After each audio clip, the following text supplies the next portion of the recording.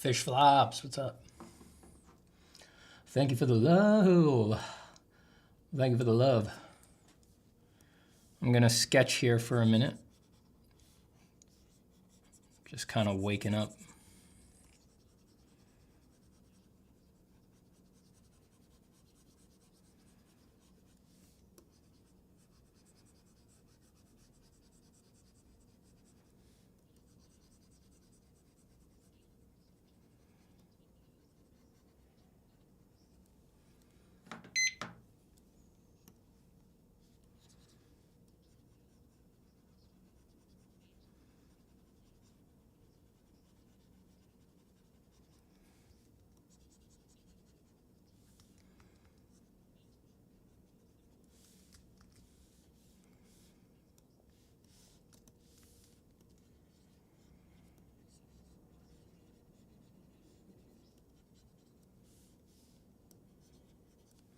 Wait, I forgot to check if my encoder reset again. Let's see. No, it stayed this time. It's weird. Certain encoders, when I set my OBS to that encoder, every time I restart OBS, it switches to another encoder. But then other encoders, when I select them, OBS will stay on them when I open and close OBS or restart my computer. I don't know what's going on. Hey, Aki. Hey, Lack.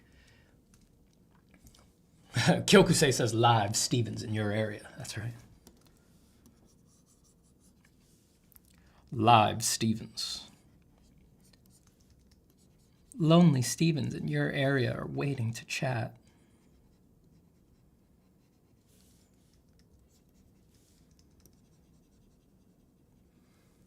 Lonely Stevens in your area are ready to talk about drawing.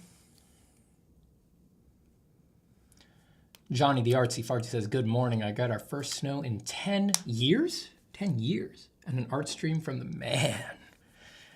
How lucky. You are lucky. You're a very lucky boy. I do have our chicken open. Scooby. Scooby! I do have Scooby open. I just want to doodle a little bit to start the day here.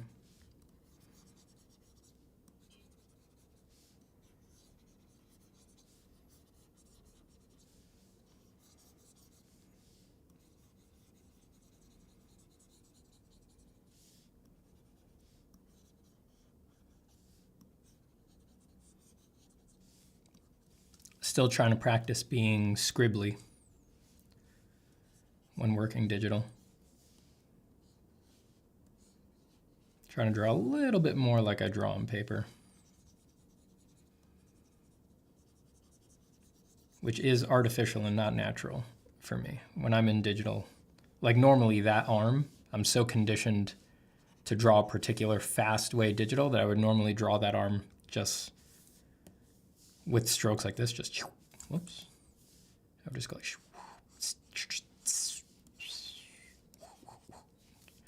just like very used to being fast in digital.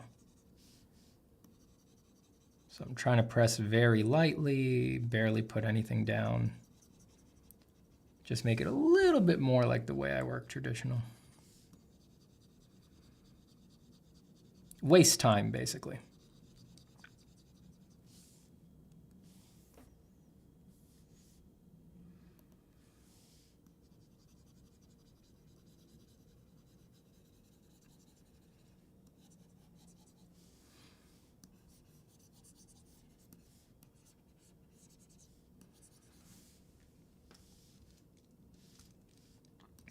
There's nothing quite as fun as wasting time.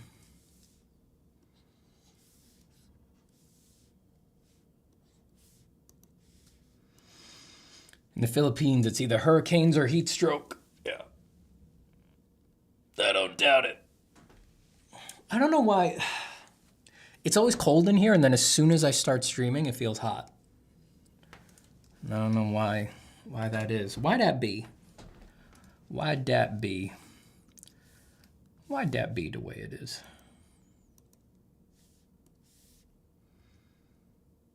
Steven's already had 3 cups of coffee. I probably had 4. By 4, I mean 2 of my big travel mug, and probably each one of those is 2 regular cups of coffee.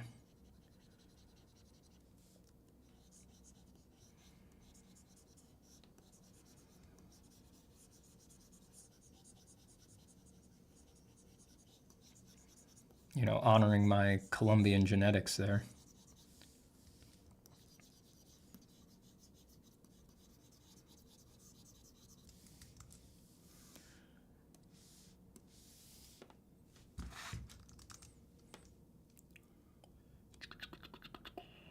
Where do I have Scooby saved? Is Scooby saved in my sketchbook? Yes, he is. Good. I need my ancestral bean.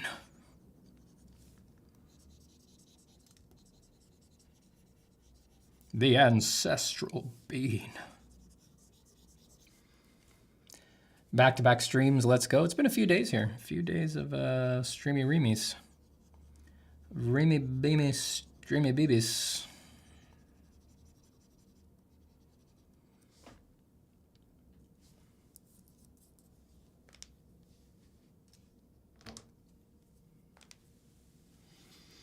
I saw crypto mining GPUs used as heating for a greenhouse. Jeez. Computers can get hot. Yes, they can.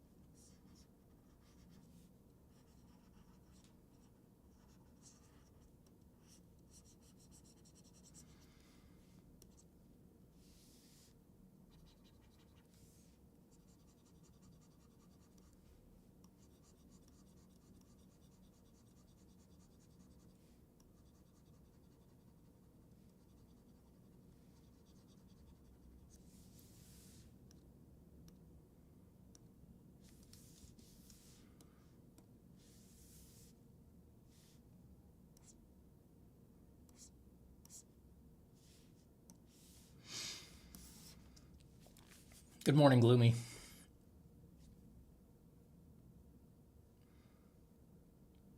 Lax says that sketchy pencil style kind of reminds me of Karl Kopinski. Well, considering Karl Kopinski's prolific output, there's very little that anyone could draw that would not, couldn't qualify as reminding of Karl Kopinski. I think he's basically got all the bases covered at this point.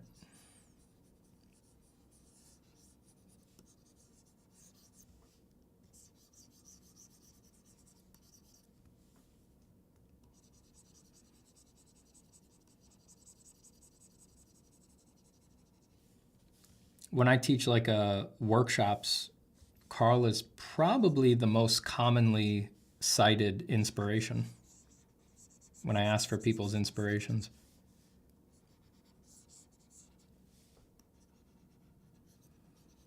Is that inaccurate to say? I feel like that's right. I think on balance, if I sort of took a chart of all the emails, it would probably be Karl.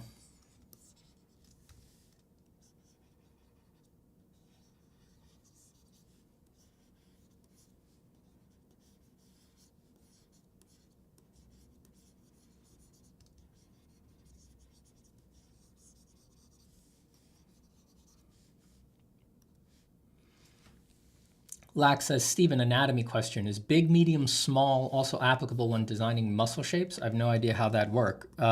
You can design muscles however you want. So within the design realm, yeah, you can do big, medium, small, which is just, big, medium, small is not a sort of independent floating thing. It's just the most commonly known extension of a principle of design that's called variety.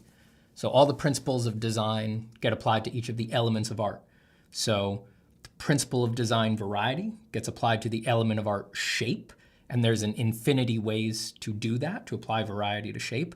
The most commonly known way to apply variety to shape is big, medium, small. But it's just an extension of that paradigm. It's not something on its own that is real. So within the paradigm of designing shapes, yeah, you could do big, medium, small to muscles. But if you're asking in terms of just anatomical accuracy, just like straight up how are muscles actually shaped? No, muscles are shaped by function, by the raw biological function. Now, it just so happens in the universe that we currently inhabit that the functional needs of highly evolved beings like us, well, highly is debatable, but at our current evolutionary level, we have such a great variety of functional needs from our bodies that does naturally produce a variety of muscle shapes. And a variety of muscle shapes means that there will be inherently big, medium, small, and everything in between. But it's muscles are just shaped the way they need to be shaped. It's not necessarily, there's parts of the body, if I looked at like the multipennate featherings of the lateral head of the deltoid, right? That's a lot of forms right next to each other that anatomically speaking, there's very little variety between those different bulges. They're mostly the same size because that's just the way that it needs to be structured to do its job on that muscle. So within that narrow lens, there's really not that much shape variety. But then if you compare the whole deltoid to the pectoral and to the bicep and things like that, then there is going to be shape variety.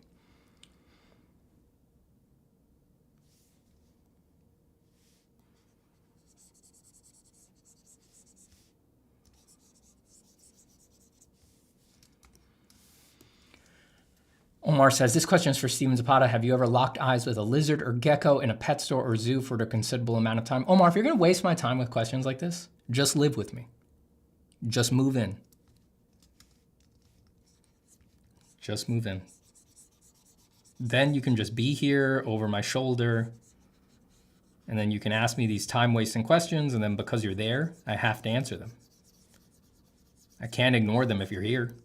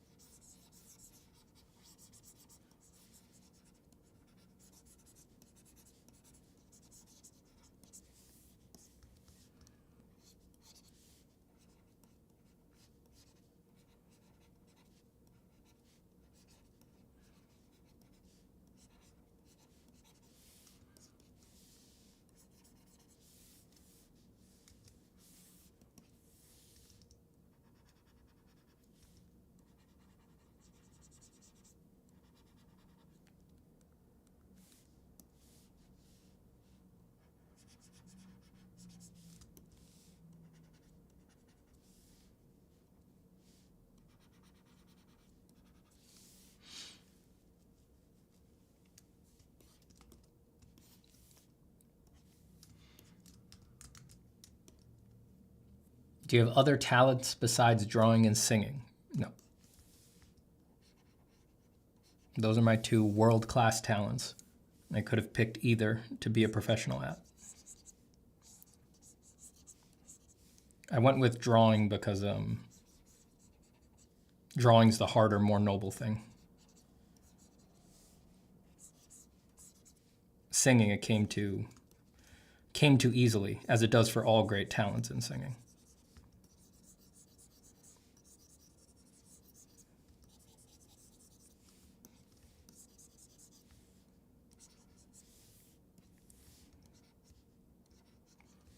Now we're going to get a bunch of comments of people saying, no, actually, singing is a skill that gets developed just like any other skill. No. The fact that 9-year-old girls can sing Ave Maria at funerals is proof that more than drawing, singing is absolutely a talent that is just genetically, you can just have incredible genetic ability that makes you better than anyone who might practice it a lot. That's just the way it is. That is just the way it is. I'm kidding, calm down. My niece, who's incredibly genetically gifted, has spent years in singing classes. I know it's actually a thing that you can improve at. I know that you can train yourself to sing from your diaphragm and pretend that that's making you a better singer. And I want you to pretend that. If that makes you happy, I want you to pretend that. All the great singers out there know they never had to do a thing for it. 9 years old, Ave Maria at a funeral. Opera at the Met.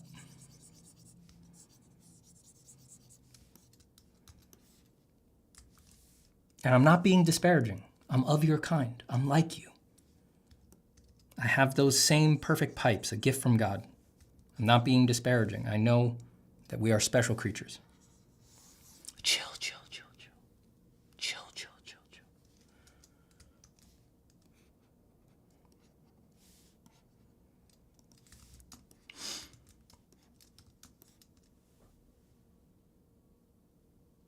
Why is your layout so different? What do you mean?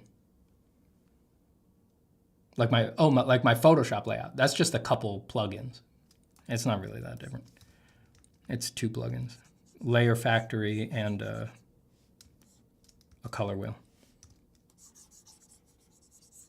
But the color wheel is really, the new versions of Photoshop have a very similar color wheel that just comes standard.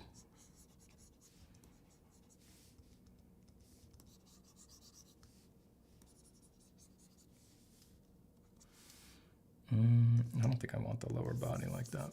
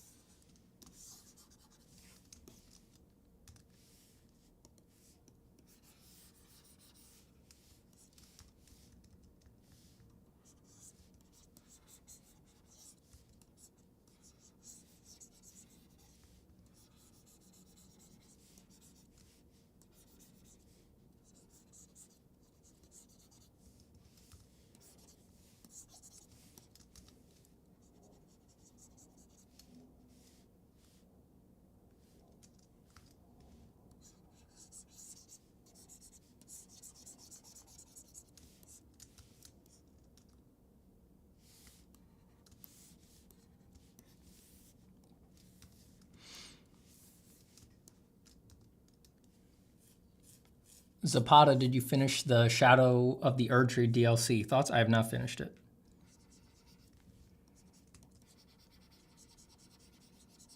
I got too busy.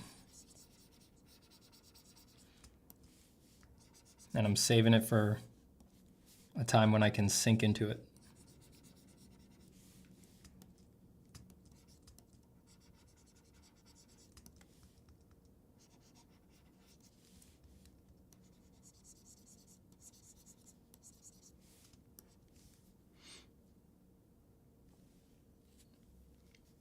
Karem says, hello, Mr. Zapata. How do you color after drawing something like this in grayscale? Do you paint behind that base layer or do you paint on it? I usually use like a hard light layer.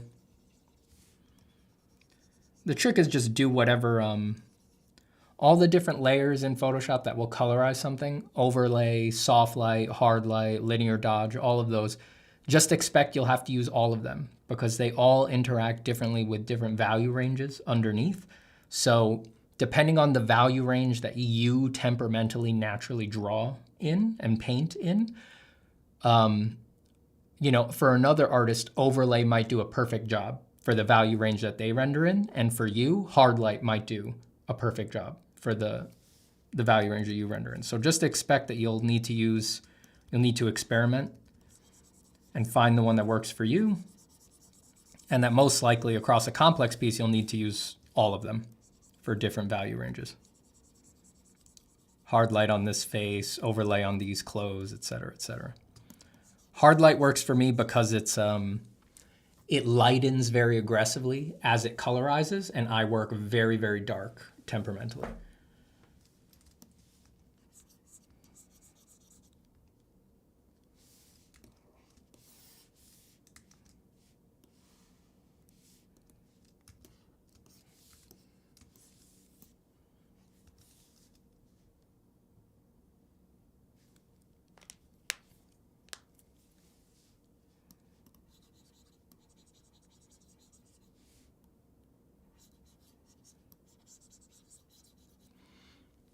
Andre says, are you doing the Dream Picture Mentorship soon again? Probably not soon. I will do it again.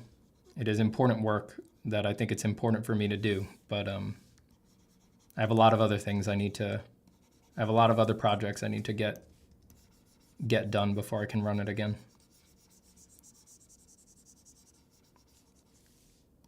If something changes with those projects,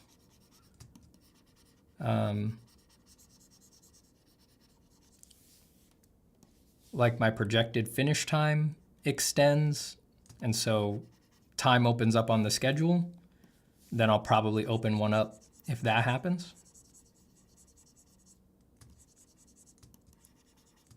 But for now, no, I don't think soon.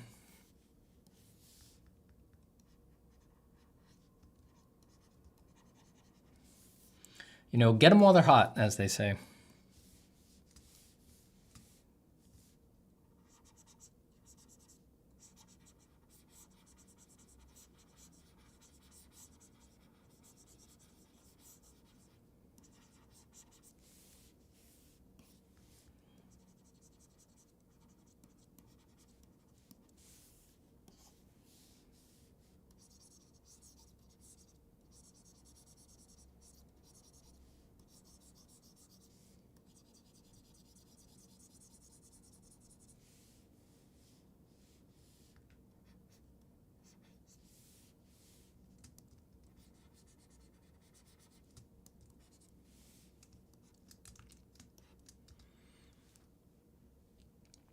Lax says, Steven, what do you normally do after you finish these world-class drawing streams? Do you proceed working on those projects? No, I usually just climb into my sarcophagus and go to sleep.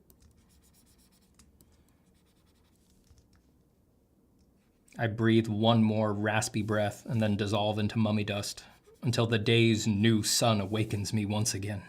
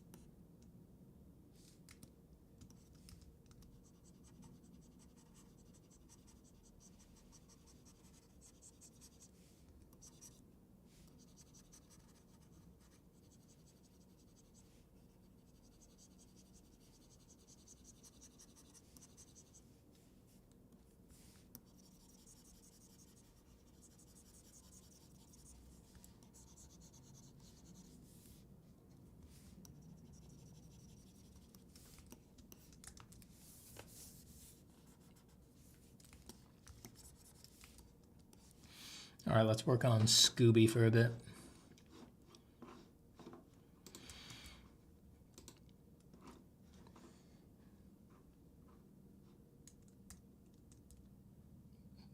Oh no, Kyo drank all the black tea in their office. That's not good. That's not good.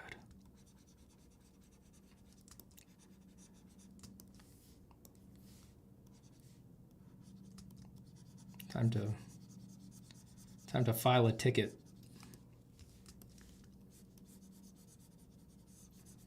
Support requested. Black tea is gone. Aki says, Steven, is it bad form to have a similar shadow value as the background, or one should go darker? It's not really a question of bad form. It's just the relationship of the shadow value on any given object in respect to the background is always just based on the ambient light situation. There's, a shadow value can be lighter than the background. It can be darker than the background, depending on what's actually going on within the world of the picture. But in the extremes, like if we look at a hypothetical, highly simplified situation, it's not just that it would make sense to have a similar shadow value, but it's like if you were just looking at a sphere in a black room, a truly black room with minimal reflected light, the shadow value would be basically identical to the background value because in the absence of noticeable reflected light, the shadow value on the form would be equivalent to the ambient light situation in the room. And if there's no other lights hitting the background either, then the background would be the same value as the ambient light situation in the room. If all of that is confusing to say, sounds confusing, it's the moon in space. The moon in space, the shadow side disappears into the blackness of space. That's sort of everything you need to know about form begins from the hard facts of seeing the moon sitting in space. That's like the sphere that explains how light works. And if you understand that situation, you can extrapolate the whole truth of form from the moon on its own. So if there's a lot of reflected light, let's say there's a white tabletop under the sphere, then the shadow value of the sphere will get lifted by the bounce light coming off of the tabletop that's underneath the sphere. But then you have to ask yourself, is that reflected light angled such and powerful enough that it would also light the background, let's say the walls of the room? If it isn't, then the shadow value of the sphere would be lighter than the background behind it. If the reflected light is very powerful and it's bouncing all over the room, then the ambient light situation would raise as well, including thereby the value of the background. And so the value of the background would continue to be similar to the shadow value of the sphere. All of this is infinitely confounded by the fact that whenever we look at a picture and whenever we design a picture, there's actually a world around the scene that the camera can't see, right? So you can actually justify, truly, for real, you can actually justify almost any configuration of values by inventing some horseshit excuse like, well, there's actually a large dim light source off to the back left of the form that's not visible on camera. You can do infinity permutations of that to justify any lighting move that you need, basically. So it's not that there's any rules of thumb about form. It's out at the extremes. It's really just what's going to make it look cool and beautiful, you know?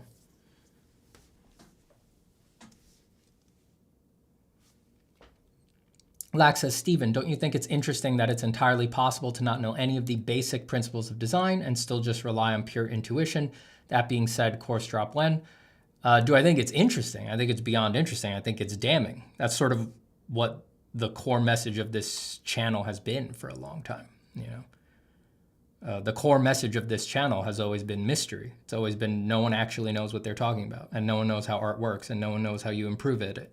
And we play games and we tell lies to try to make it seem like we can make it objective, but we actually have no idea what's going on. So it's not just that I find it interesting that you can improve at art simply through intuition. Again, with you guys, I don't have to be cagey. I don't believe in free will. I don't believe there's a self. I do believe art basically occurs automatically and that you improve it automatically. I also don't believe there is a you who is improving at it. So I have very far out feelings and opinions about these things. But yeah, I don't just think it's interesting. I think it's damning of the entire enterprise, or at least the traditional mediocre humdrum way that we think of it. The fact that, yes, your intuition can take you all the way to the heights of mastery is, burn down the art schools, basically, and stop talking about rules of art. I mean, it just doesn't track with reality if you actually investigate what's going on moment to moment in drawing.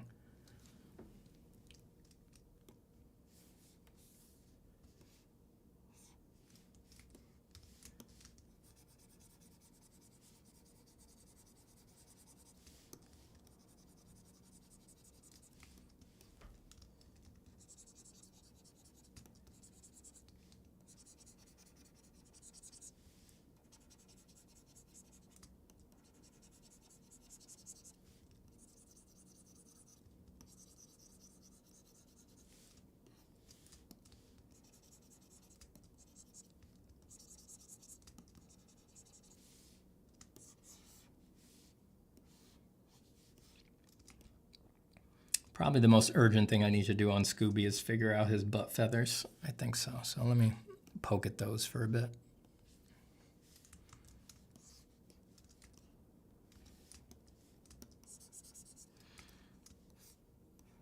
Everything else has some sort of mid-stage resolve on it, but the butt feathers are really, really in trouble.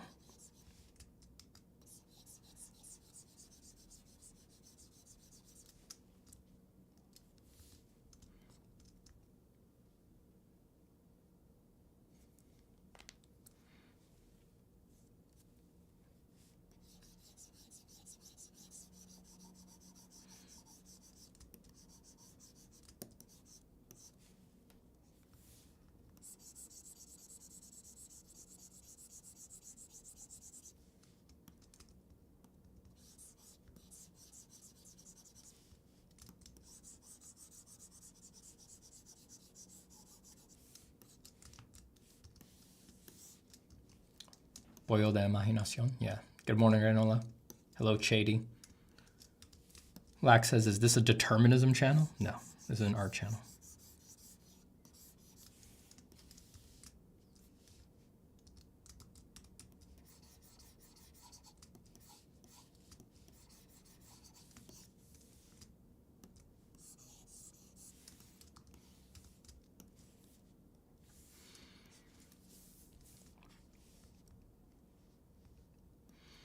People ask me sometimes how I draw my drawings, and I'm like, how would I know? My hand summons it out of nothing. They don't like this answer, though. Yeah, that's unsatisfactory for people who want to inquire.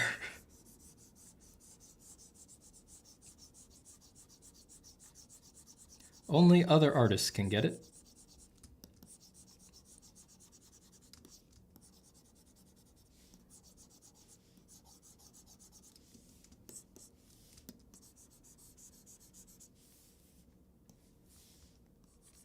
People who are going to ask, they want it demystified, right? It's mystifying enough just seeing someone being able to make something beautiful out of nothing. So it's like the satisfaction comes from demystifying, from pretending it's all very scientific.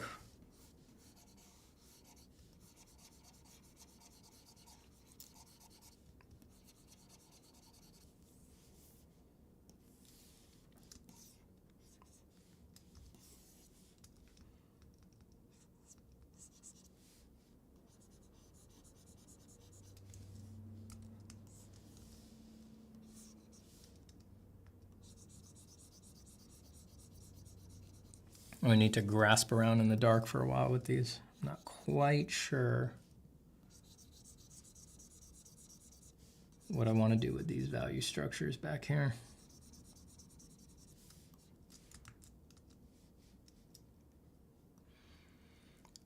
Zed says, yo, Beeve, recommended brush for line art? Just started digitally drawing with Med's map, and his pack is more focused on oil brushes. It really depends how you work.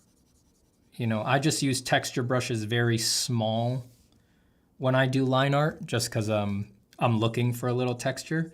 And in that case, almost anything will do, because it doesn't matter how big this is a texture brush that I'm working on right now. It's like, it doesn't matter how big a texture brush is or what kind of patches it puts down. When you make it very small, it's just gonna put basically down a line just like any other brush. I'll give you my sad opinion, which is that there are no good brushes. All digital brushes are garbage. That's my personal experience with them. Even the ones you're like, oh my God, this is an amazing brush. That's usually within the context of, it's an amazing brush because working digitally is such an unnatural, painful experience, usually moment to moment, that you've found a brush that just makes it 2% better. And that's a huge relief. And that 2% better brings it up to 0.0000000000001, the pleasure of working traditionally. So they're all garbage. Don't hope for a good one. Just focus on drawing. People spend too much time worrying about brushes. It's just like any will do. Any will do.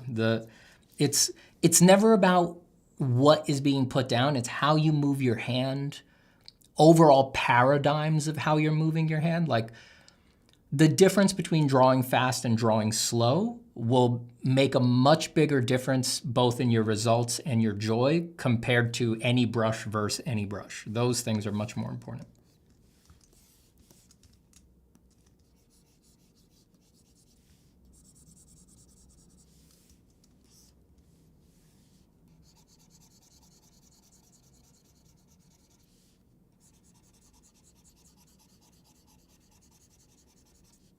The most important brush is the mind.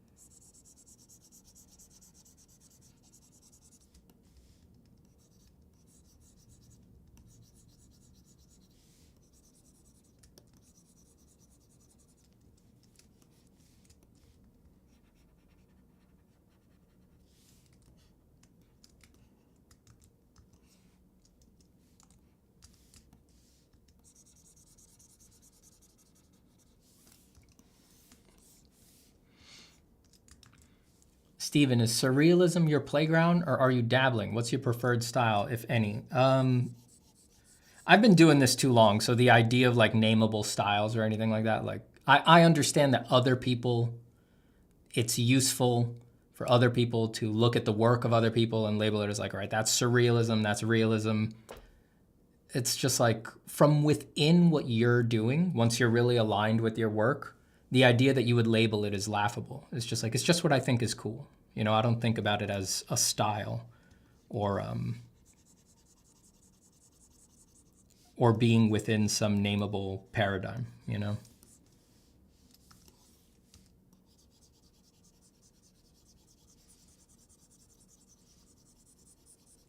Also, any of the nameable styles in the big picture, like, again, on a conventional level, I understand why someone would say, you know, I'm a surrealist, I do surreal work. It's like, it does this weird bell curve where it's not useful in the beginning, it's more useful in the middle, and then especially once you're taking art very, very seriously, you know, you're a professional, like, I'm not on this level, but like, let's say you're a famous gallery painter, like a fine artist or something like that, who's trying to sell at fancy galleries for hundreds of thousands of dollars. The labels actually do deconstruct at that point as well, because a lot of people who don't look at art history or read boring books like a lot of artists do, they don't know that those paradigms like surrealism and stuff like that, the academics who control those structures, they're done. You know, surrealism is a very codified era of art, you know, dominated by Dali, for example, just because we're talking about surrealism. And it's like, it happened, you know, and it's sort of a little naive to say that you are a living surrealist, right? Because in the broad picture of art history, any given visual style is not just about what you put down on the canvas. You know, art historians, the galleries, the academics, they only care so much about what's actually on the canvas. An equal amount, if not more, is about the context in which it happened. So for us artists, we find that alienating and absurd because, you know, we have our own particular viewpoint. We want to say, fuck the academics, you know, it's just about what's on the canvas. So we say, if you make a picture that looks like a surrealist painting, then you are a surrealist. And we're actually in conflict there with a lot of the smartest people in art. The context matters just as much. So because you are not in Dali's context, it's very difficult to say you are a surrealist in any way that is robust. Probably the most absurd example of this is people who say they're hyper-realists and things like that. It's like, brother, hyper-realism is done. Like, there's years for it. Like, there's hard years for, you know, where hyper-realism emerged. It was done by particular practitioners. They were trying to do particular things. You know, a lot of people don't even understand that something like hyper-realism has a definition so codified that it actually says academically that hyperrealism is about reproducing particular photographic effects on large-scale oil paintings. Like, there's a lot of people who would want to think that, you know, I'm a hyperrealist if my wife stands in front of me and I do a hyperrealistic painting of her. It's like, you're not reproducing photographic effects. So from an academic viewpoint, you are not a hyperrealist. So all of the labels and things like that, I find it very, very interesting.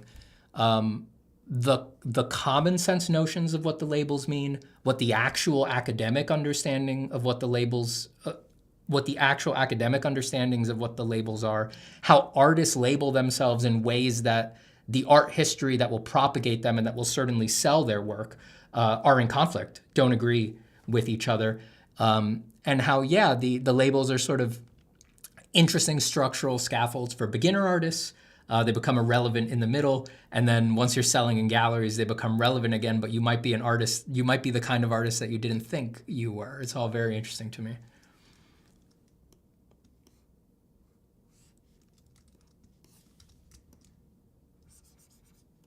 I know that was a very New York artist rant, but that stuff is true. It's very interesting. Look into it if you have any interest in that stuff. It'll really change the way that you think about the idea of labeling art. You know, art is inherently pretentious. There's always good reason to think about these things.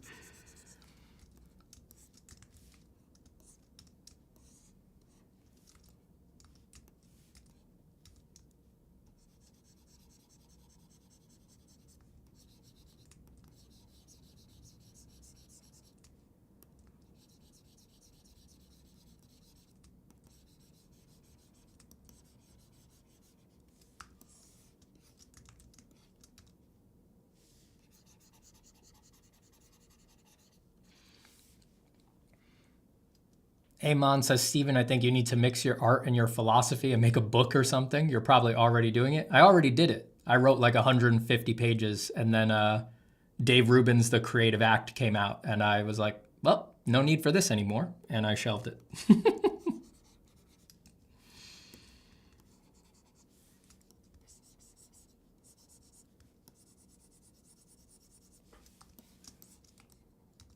That was a hard afternoon.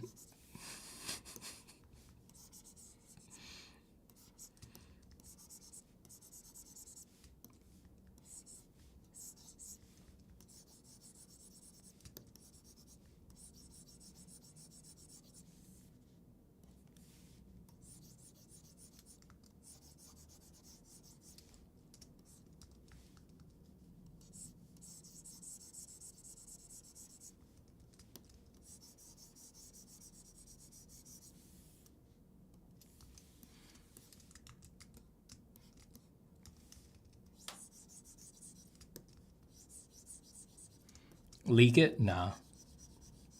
I'll save it if it ever becomes relevant again. I'll have a base to work from. It would need to be different, of course. Like, there'd have to be a new angle on it, but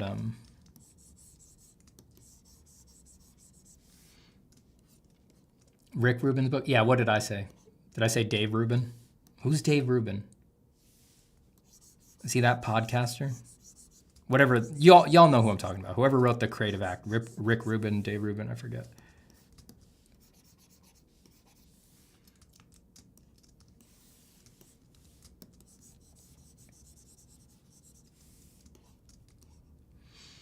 Do you guys have the exact same philosophy though? On several of the most relevant levels, yeah. There is significant differences, but the differences are not enough for me to justify. This was my read on the situation. The differences are not enough to there are differences that I think are useful, but it's not enough to justify, asking someone to read my book instead of his, That was my personal read on it. It's like it takes a long time to read a book. And also his book was, professionally edited by, publishers and things like that. Like my book was, I'm not going to have that. So it's just not going to be as clean a product as his is going to be, it's never going to happen.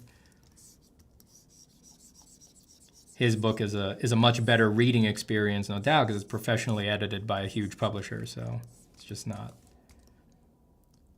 I read The Room. I was like, right, of course. You just let people read this one instead.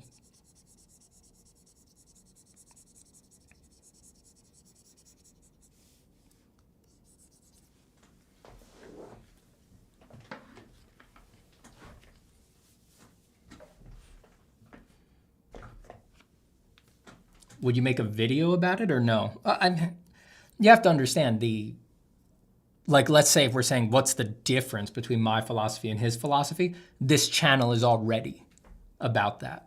And I know that that's unsatisfactory. And, this is one of the reasons that I'm like, one of the reasons I started writing the book is because I realized that there's a lot of things I really like about YouTube. Don't get me wrong. I love my YouTube channel. There's a lot of things I really like about it. I'm very glad I found an audience here. And it's the social media that works best with my temperament, right? Without a doubt. All the other social media are not a good fit for my temperament and for my work. But one of the problems with YouTube is that it is an entertainment channel, and it's not actually a good place to just teach stuff that you hope stays with people, right? The energy of YouTube is very like, what was your last video? And what have you done lately? And the most important things I've taught on this channel really don't align with that, right? The YouTube channel is basically me repeating myself for 5 years, just clearing my throat and saying the same statements over and over and over again. And I've known that for a long time, and I keep doing it because I just know that, the message is much more important than anything else. And I know that that's how YouTube works. Basically, you have to assume that whatever you didn't say in the most recent video, no one's going to hear. So, I say on here a lot of the time, go listen to the first 40 videos on this channel, and I know no one's going to do it, right? And I can see from the numbers that nobody does it. No one goes back and listens to them, but that's the core message. That is the step-by-step, hand-holding, meditative way to cleanse the conditioning factors of suffering and impatience in the art practice. But yeah, I've made my peace and realized that YouTube's really not good for that. So that's why I started writing the book. Someone had recommended it to me. I had a couple very good conversations where people pointed out to me how I was thinking of YouTube wrong and how something like a book is better for that kind of thing. So I started writing it because of that, because I was like, for some reason, people think of books different. They think of books as perennial. It's not like the way that it's not like the way that people think of YouTube videos. And then Rick Rubin's book came out. So then, I couldn't really justify not just pointing people at that, right? It's, he even did it beautifully generalizable, right? Like he's a music producer, but he didn't really make it that much about music. He kept it generalizable for all kinds of artists. So I think it's a great book. I only read it once, but or I listened to it once. The audiobook's good. Very, very soothing. But I think that basically covers it as long as you're willing to extrapolate. Rick Rubin's not going to, he's not going to tell you that he implies it. He implies that you are just the cosmos operating, and because of that, you cannot, you have no reasonable grounds to judge yourself in any moment. But he's a little light on it. Maybe I'd be a little more aggressive about it, and I was in what I was writing. But I have other plans because the problem still stands. For example, I'm planning on having that stuff blown out as a separate thing. I think does avoid some of the YouTube curse a little bit. So I've been working on some of that. Some of you who've been around for a while in the streams have heard me saying that I wanted to remaster and re-release like the first 40 videos on the YouTube channel because I just want those things restated. But for a while, like an idiot, I thought the smart thing to do would be to literally just remaster them and then re-upload them. But then you'd just have the same problem, right? I'd re-upload them, and then a year after that, I'd have to do it again, right? Because it wouldn't have changed anything about the flawed YouTube. Not flawed. YouTube is not trying to be something it isn't, right? But just for what I'm trying to do there, it's a problem, right? So I would just have that problem again if I did that. So these days I'm thinking more about basically breaking those things out into their own like course, right? Their own closed package that then, because it's separated from YouTube, it's not just some openly available thing that gets disappeared into an algorithm, but it's just like a separate thing I can link to that's just like, this is, the codified guide on investigating your internality through art. Then that becomes its own thing, its own product that sort of becomes perennial and can be useful to people in perpetuity. So that's something I plan on doing once the design course is done.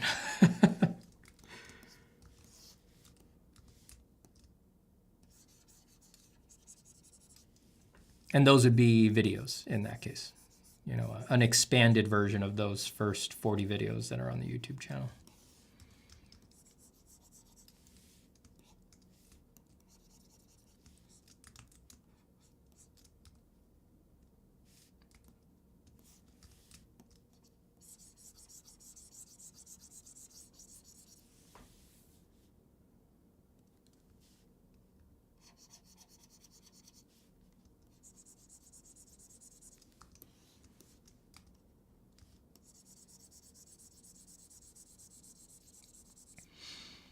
That was a great answer. Thank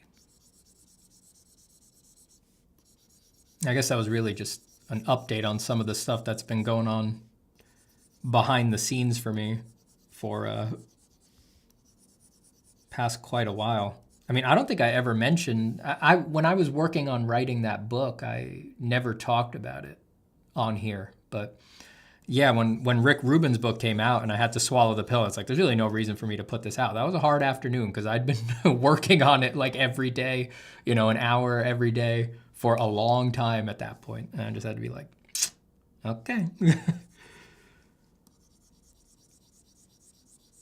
But I'll save it. We never know what's going to happen. It might become relevant again at some point in the future. Something might change in culture where it makes sense for me to add something to that package to address that cultural change, and then the quote-unquote book makes sense again.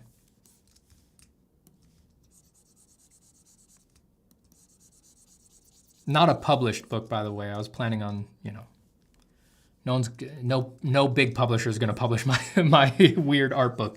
I was just going to put it out as an ebook, again, just so that there was some perennial version of the teaching that would not just get disappeared into the algorithm.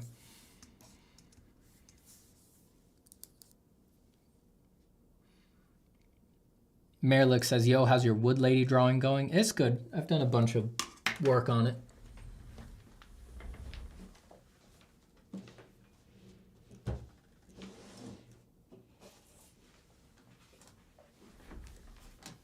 I did a bunch of work on her bottom half the other day.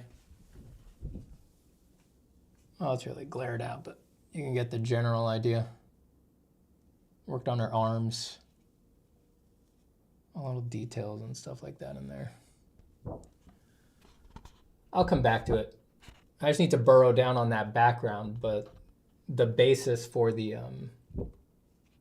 main parts of her actual body are there.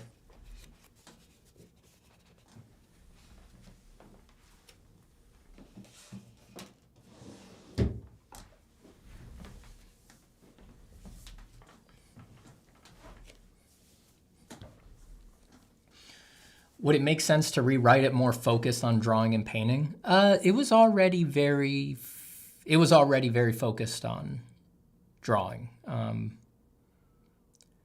It was probably it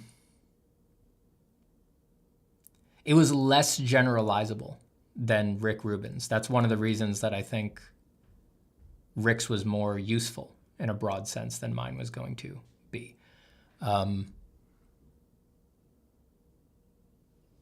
Mine was very up its ass about drawing. It was still highly philosophical, but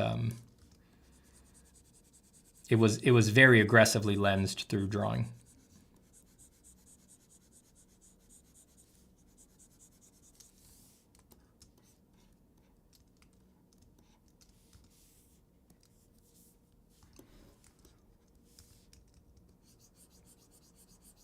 It's like in the long run, that's probably to its detriment, because these days, even people who draw, they can only bear to read about drawing for too long. Unfortunately.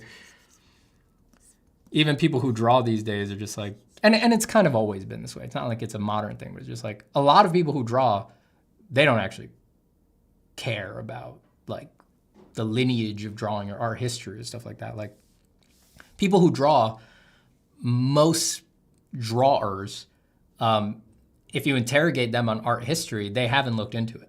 They just draw, right? Drawing is this just sort of perennial, ever re-emerging creative human urge that just pops up in some percentage of people.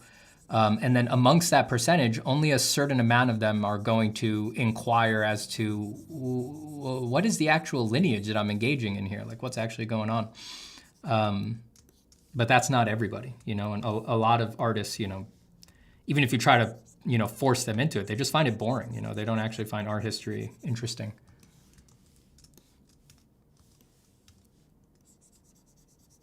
They just want to draw. So, I'm not like that. I do love art history, so my book was probably a little up its own ass on art history. I told there was a bunch of little anecdotal stories, and it sort of starts discussing the art in the caves and things like that. And probably, that, like I said, Rick didn't get up his own ass like that the way that I did, so that's why his book is more useful in general. It's just much more generalizable for just about anybody.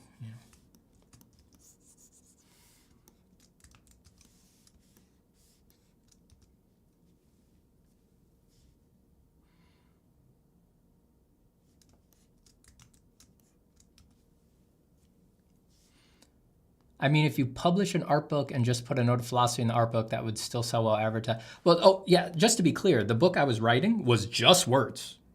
There was no art in this book. It was not a book of my drawings or sketches or anything. It was just words.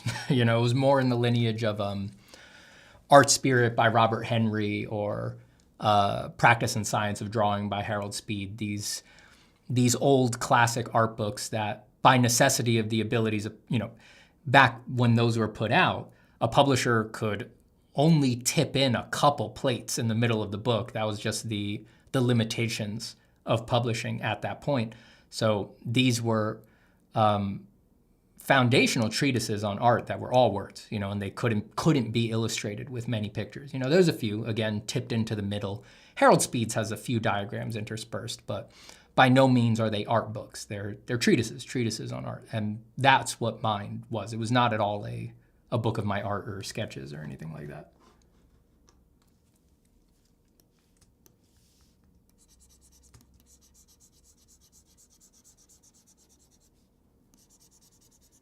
So trust me when I say that a lot of artists would have found this very boring. Like there was not going to be any pictures to help them through it, And like I said, most artists are just not actually interested in reading about art and reading about drawing. They just want to draw.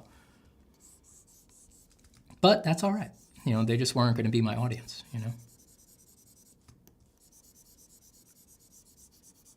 This is a lot of discussion about something I am not going to release, by the way. Like I said, I'm back to the original point. Just read Rick Rubin's book. You're good. You're good. Just take it seriously when you read it and extrapolate out to art.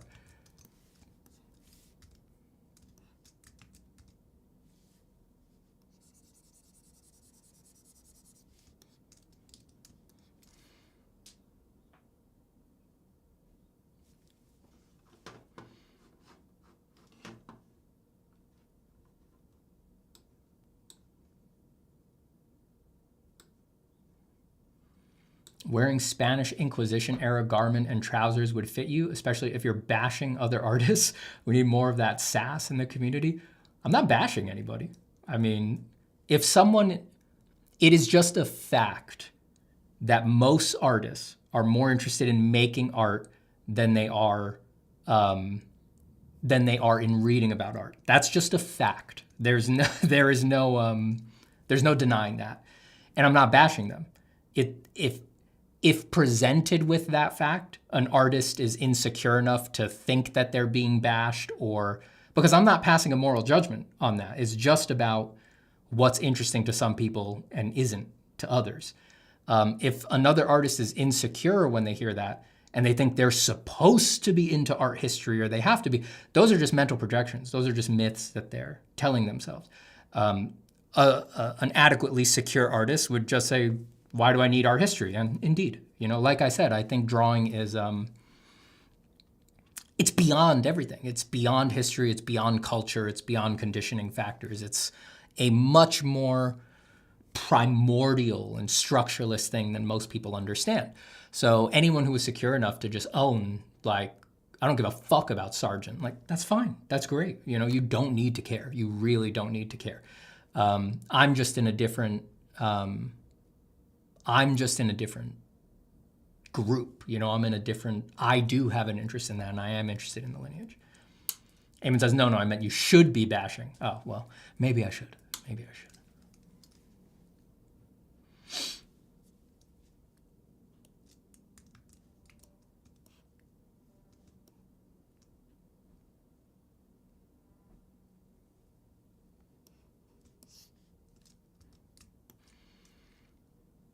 So publish an art book of your work and just slip in your philosophy that would sell well. People bring this up to me often. I'll just say what I always say, hey, anyone from Flesk or Ballistic or something like that, you can't just publish an art book. It's hugely expensive, So if anyone from one of the big publishers is listening and wants to publish a book of my work, just reach out. We'll make it happen.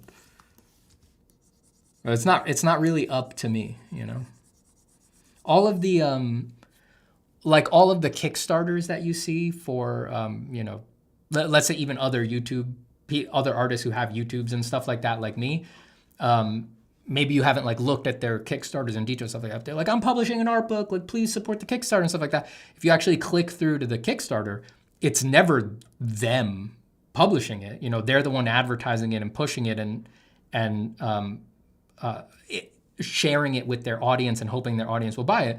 But if you go, it's published by someone else. They teamed up with them to do it, and they're doing it because they know they already have an audience. It's always Ballistic or Flesk or 3D Total or one of these companies doing it. So it's not up to me. Just hi there if you're one of the big publishers.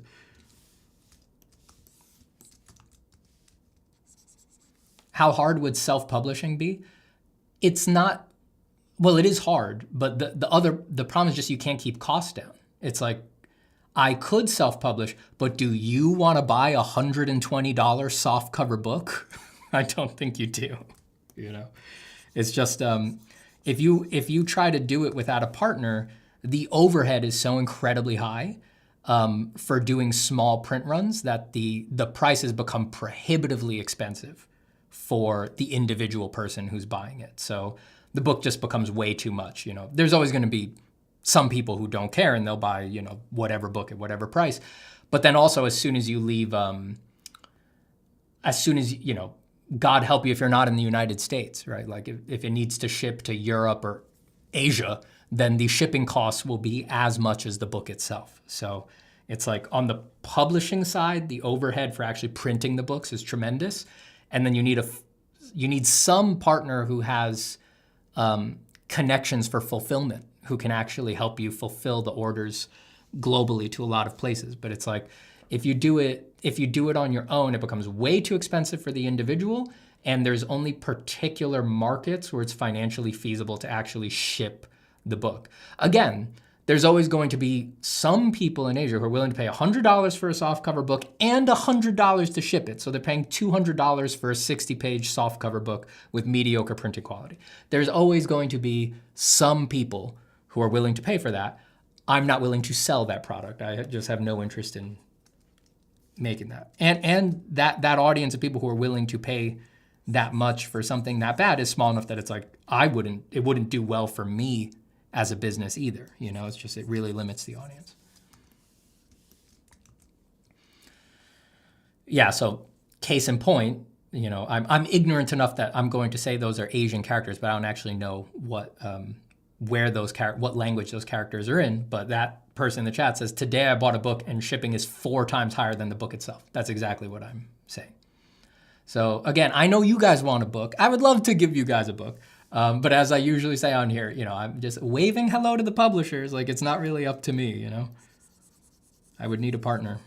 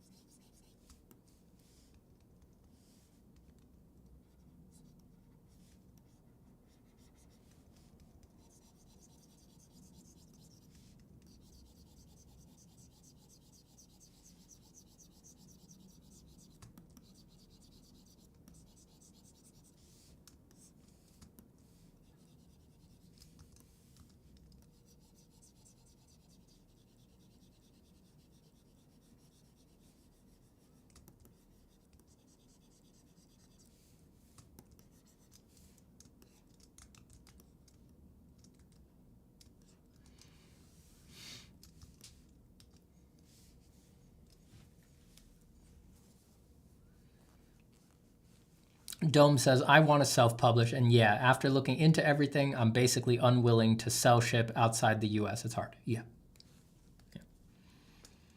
I know this is inside baseball, but yeah, anybody who's ever looked into these things, you know what I'm talking about. And I have had some interest from smaller publishers to do smaller things, and I'm looking into that. We might wind up doing that, but those discussions are non-committed. Like those discussions are it's a maybe from them. It's not just a maybe from me. It's a maybe from them too. It's like they're not sure they want to do it. We would need to get through the proof of concept phase, look at a rough or what the materials are and think, is this even worth making on their side, right? They'd need to be like, do we think this will sell? Is it worth publishing? So it's not like there's nothing going on in that realm, but it's all big maybes. What biblical thing are we drawing today? I can't think, maybe not biblical, but maybe you could say this. Wasn't the basilisk originally a rooster beast instead of a snake? Isn't its mythological roots more as like a fowl, a giant fowl, rather than a snake? Maybe this is a basilisk.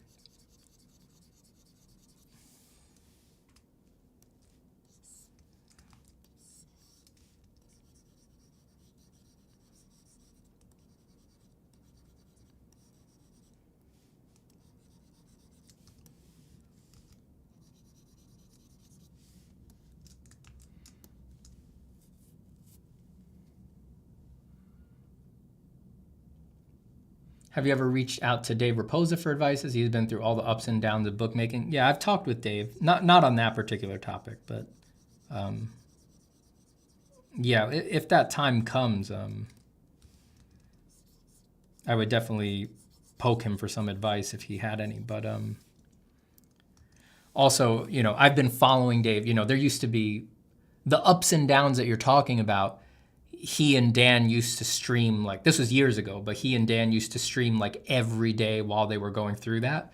And I was listening to all of those. So I haven't picked his brain directly, but they were dumping a lot of that info online for a long time. You can't find those videos anymore. They were on their, it was on their Twitch, and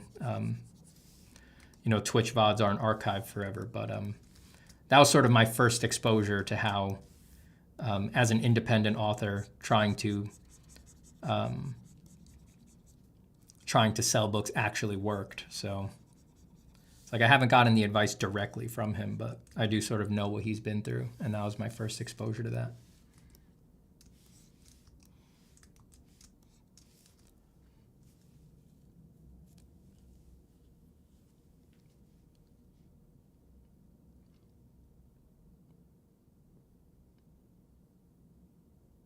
I've gathered a lot of skull images from the internet and compiled it on a canvas in CSP to practice skulls. It's been a while, but I've yet to begin. It's time to prioritize drawing it rather than gathering references. You've got enough. However many you have, you've got enough.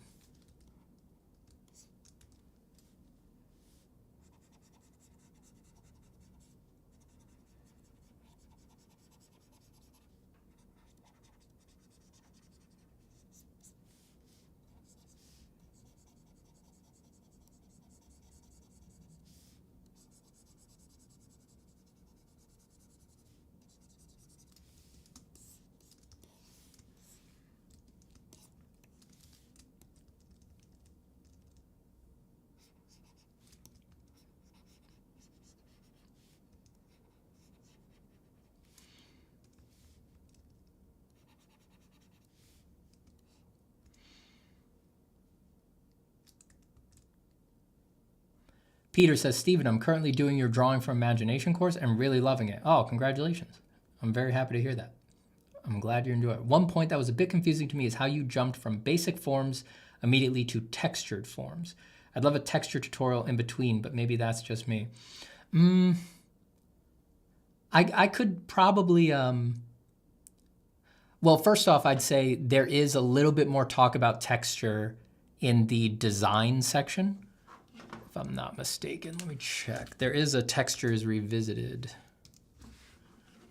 I forget now if that remained in the design section at the end or if I moved that up to the earlier part of the syllabus. Let me look. Oh no, yeah, handling textures digitally.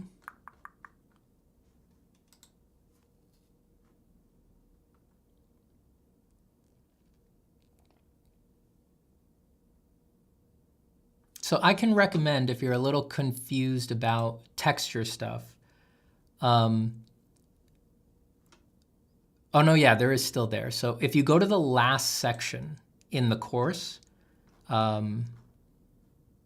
designing form, imagination tips, if you go to the second page of that, because there's a bunch there, it does spill over to 2 pages and you might miss that at the bottom.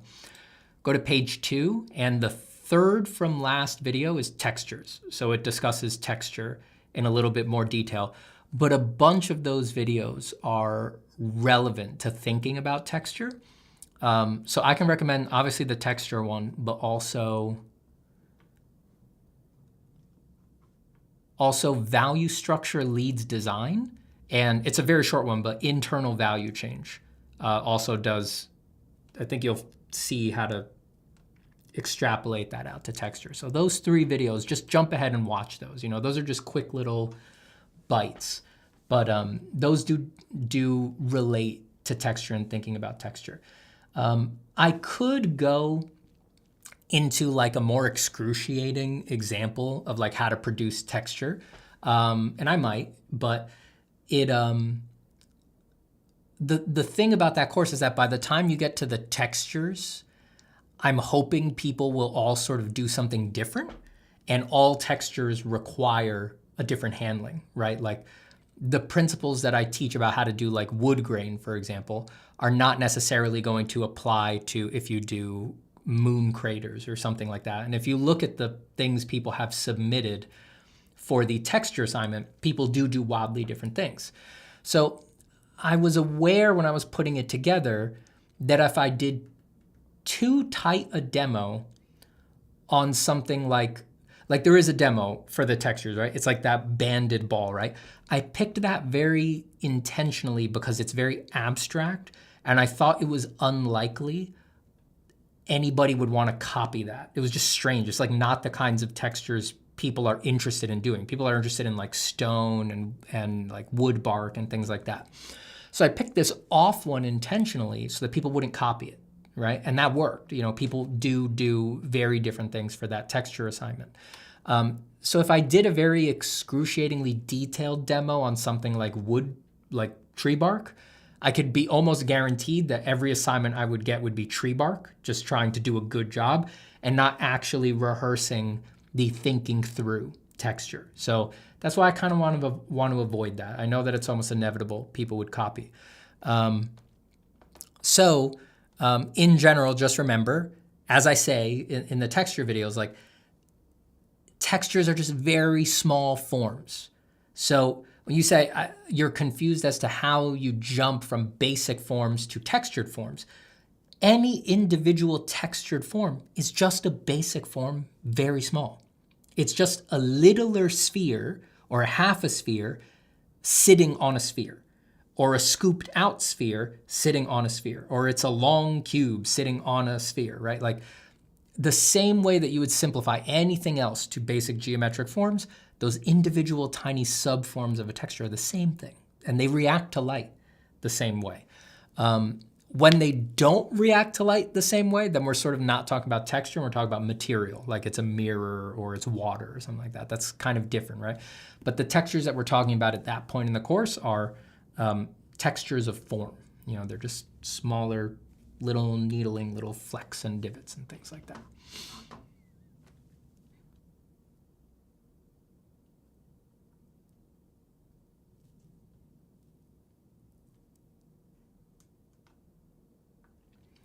Your Photoshop layout is different. What kind of plugins are you using? Layer Factory, which normally, I'm not really sure why I have it open. I don't really use it that much anymore because I used to use Layer Factory a lot doing professional work. It's very good for handling tremendous files. That's why I got it.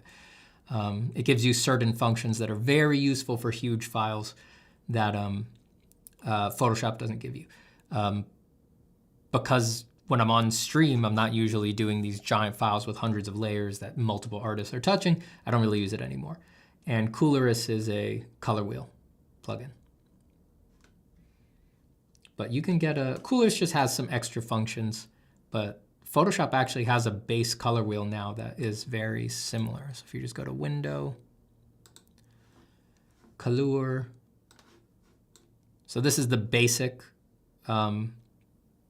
Photoshop color wheel, and you can see that it's very similar to Cooleris. It's very unlikely that, like I never use the schemes and stuff like that. Sometimes when I'm teaching, I click on the different schemes just so that students can see clearly what I'm talking about, but I don't actually paint by using the color scheme selector.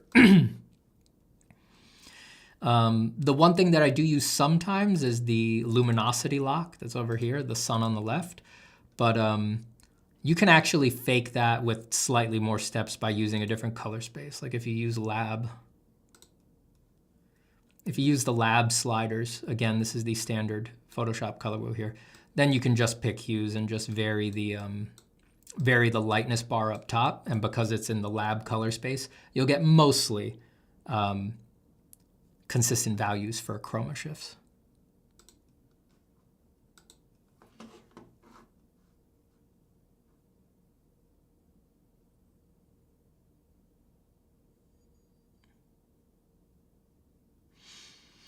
Juki says, Stephen, I heard you mention virtuous versus vicious cycles in a past stream and said looking at art of others was one for you. How did you sense when doing this became a vicious cycle for you? Oh, it's very obvious. I mean,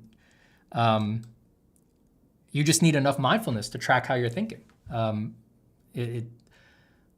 know I'm in a bad place when seeing the art of others makes me jealous and makes me think bad thoughts about them. You know, when I see a great picture somebody did, and the first thing that pops into my head, again, with mindfulness, you could just see what linguistic string pops into your head. When the first thing that pops into your head is fuck them, or whatever, they're not so great, or damn, I should have done that, or oh my God, you know, just any of the petty, mewling, jealous, envious things that we're all familiar with. Like once those are popping into your head, you know you're in the vicious part of the cycle, right? And people get addicted to that because you know, in the absence of more wholesome conditioning factors and wholesome motivations, they will feel envious and jealous, and then they will scourge themselves to the drawing board and make a drawing to do battle with their imagined rival. And then if nothing else is making them draw, they get addicted to that because that's the only thing keeping them productive. So you're in a very bad place if that's what's going on, and I do think you need to decondition that. But on a more base level, it's just like once you feel that that's the way your thoughts are going, you know, I always just stop looking at art. I uninstall the social media. I stop going to, you know, like ArtStation or Cara or something like that. Just like, you know, I say, I don't look at those for a while. Yeah, that's usually what I do. I just don't go to the sites and I uninstall. I just uninstall everything. Instagram, the ArtStation app, TikTok, just whatever you're looking at art, I just take them off. Pinterest might be another one for a lot of people. I don't use Pinterest, so I've never had to get rid of Pinterest, but you know, wherever you're looking at art. And you know, you give it a few days.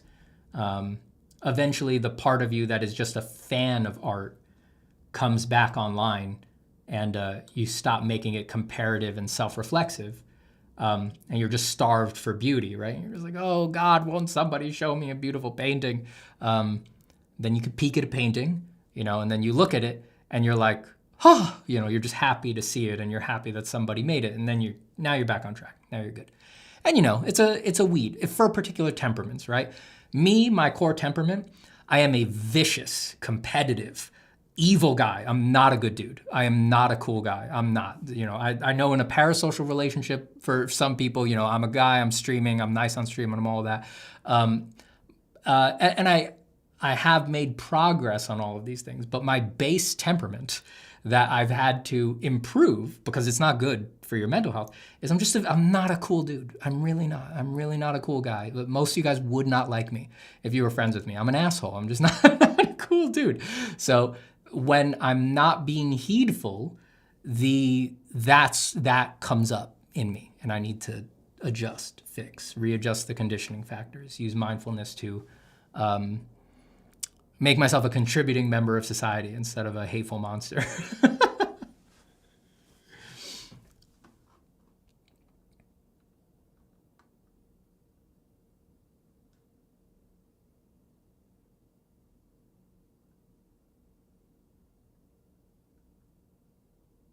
Biblically accurate chicken. Yeah. Jeff E says, I noticed that too. My 9-year-old is taking the class. Taking form for imagination? Your 9-year-old? He first saw the textured shape pop up. He said, no, I had to coach him a little. D, it's okay. Well, check out the second page of designing forms. Your 9-year-old is taking form for imagination? This is incredible. This is incredible.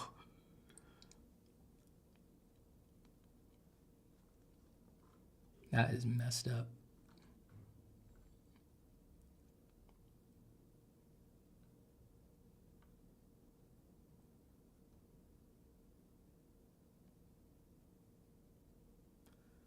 Zero Connection says, Steven, in terms of visual library, what are your weak points? Aaron Blaze says he struggles drawing mechanical objects, automobiles, robots.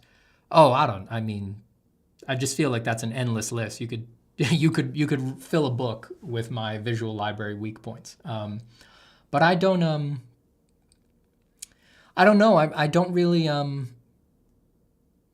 really put much weight on expanding my visual library. My artistic myths and ideals are not some of the myths that have emerged around people like, let's say, Kim Jong-il, where it's like considered an inherent value that he could sort of draw anything out of his head. That's a beautiful thing, right? And for some people, that's going to be their ideal. But I just don't think a wide visual library is inherently valuable. It's going to be for some people who want to make a particular kind of art. But I used to think that when I was just believing what other people told me. But I don't find it that interesting. And most of my favorite artists, when I really look at my favorite artists and the art that has really influenced me throughout my life, it's almost universally coming from people who just did the same thing over and over again, who weren't really focused on expanding their, like H.R. Giger didn't really have a wide visual library. He was sort of doing the same effect on everything. And he was just lost in great depths on that. And it was that depth that produced impactful artwork. You know, Bekchinsky, even Sargent, right? Like Sargent didn't really have a vast visual library. You know, his portraits were all vaguely similar, right? And it was through great depth that he found new heights of portraiture. You know, when he switched to watercolor, he worked in paradigms, you know. There's a few distinct paradigms of his watercolors, you know. It's grassy nature scenes, you know, and there's many hundreds of those. There's Venice, you know, there's the canals of Venice, and there's many hundreds of those. It's not that he was looking for the broadest visual library, it seems. It was depth. He was going for depth on particular things. So, yeah, I don't really... You know, I know there's just, like I said, you could fill a book with things I have no visual library for, but I just don't find that interesting or important.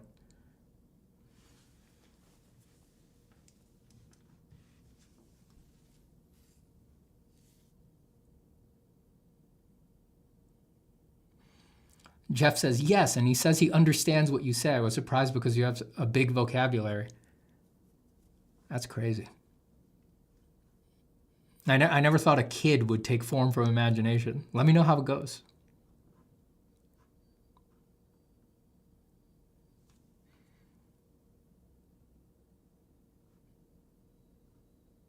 I'll get around to submitting his assignments at some point. That's wild.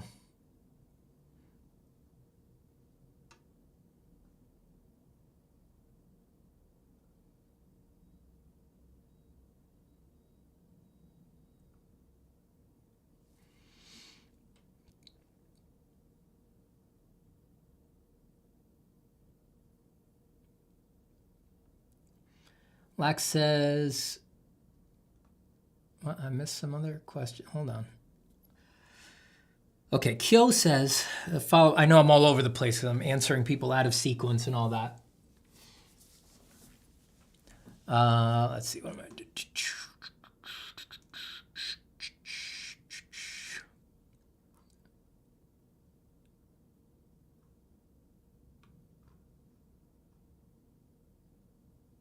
Dome says skin texture is teeny tiny mountains from above. Yeah. Andrea says not doing professional work anymore. Not these days. No, it's been a couple years now since I've done any commercial work. I'm just doing stuff for myself now. NS says I got burnt out on FFI around the TV heads exercise or shortly after. Need to jump back in and finish that out at some point. Those later projects are tough for me. Yeah, it gets progressively harder. And at that point, by the time you're at TV heads, you've done what? Like, you've probably done like 22 assignments at that point.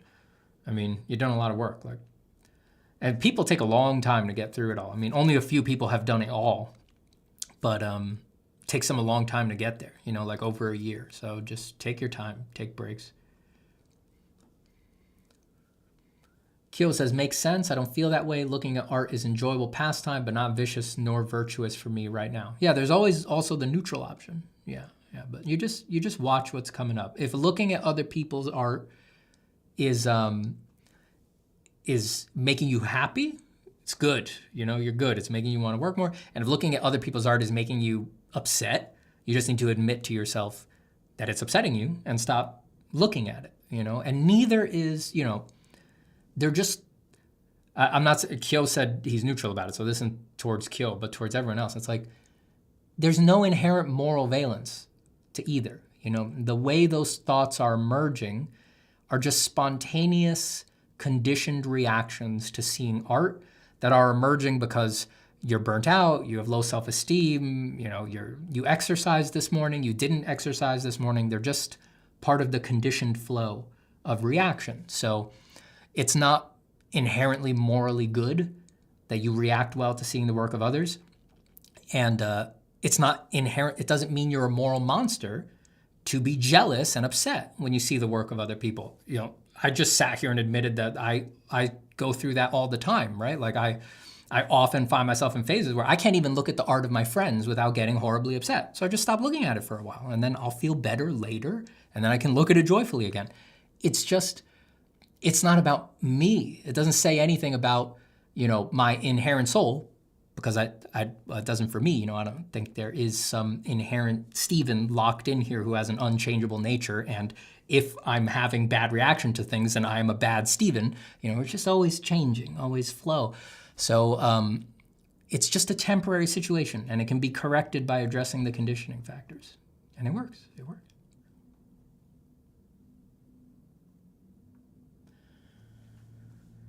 Peter says, do you have a sketchbook on you all the time? I recently put small passport-sized sketchbooks in my jackets, and it's helped me tremendously. I used to do that. Even since I was a little kid, I liked carrying a sketchbook around all the time.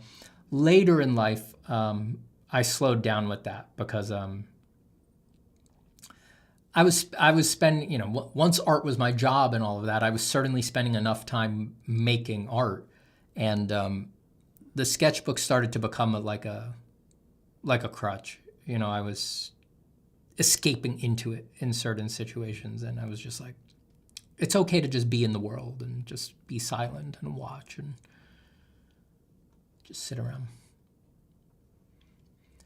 Lack says, Stephen, form question. In theory, once you understand how light affects form on a sphere, is it directly translatable to other form shapes? That being said, why is it so hard to transfer knowledge? It's actually perfectly fractal. It's the laws of light are actually very simple. They're just complicated to extrapolate. So it's not just on a sphere. It's like, technically, if you, it could be on any shape, a cube, a rectangle, on a speck of dust. If you could understand the light effect on that speck of dust with adequate depth, it's not just that you could directly translate all of how light works and such how it would work on other forms. It actually goes beyond art. Every speck of dust actually reveals the entire nature of the universe.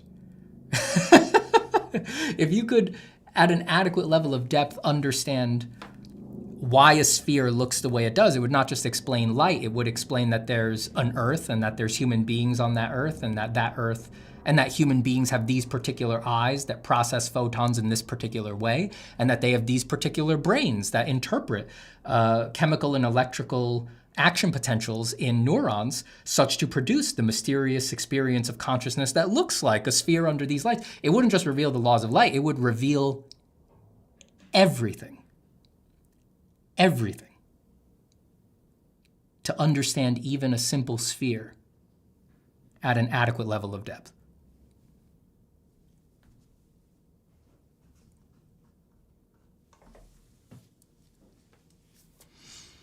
I'm sure I'll draw again at some point.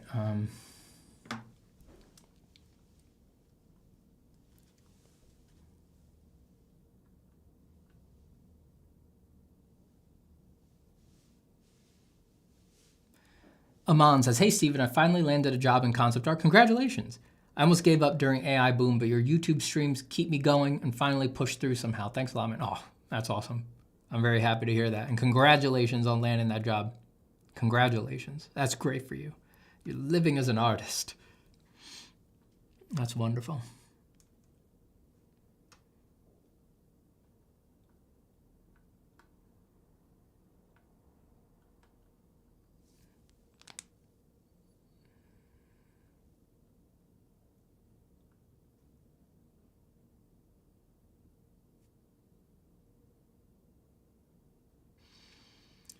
Aisha says, I purchased the course and still needed to jump into it and post my assignments. Nursing school got me twisted under pressure when it comes to things that is school, getting that anxiety. Yeah, that's part of the meta game there. Like, don't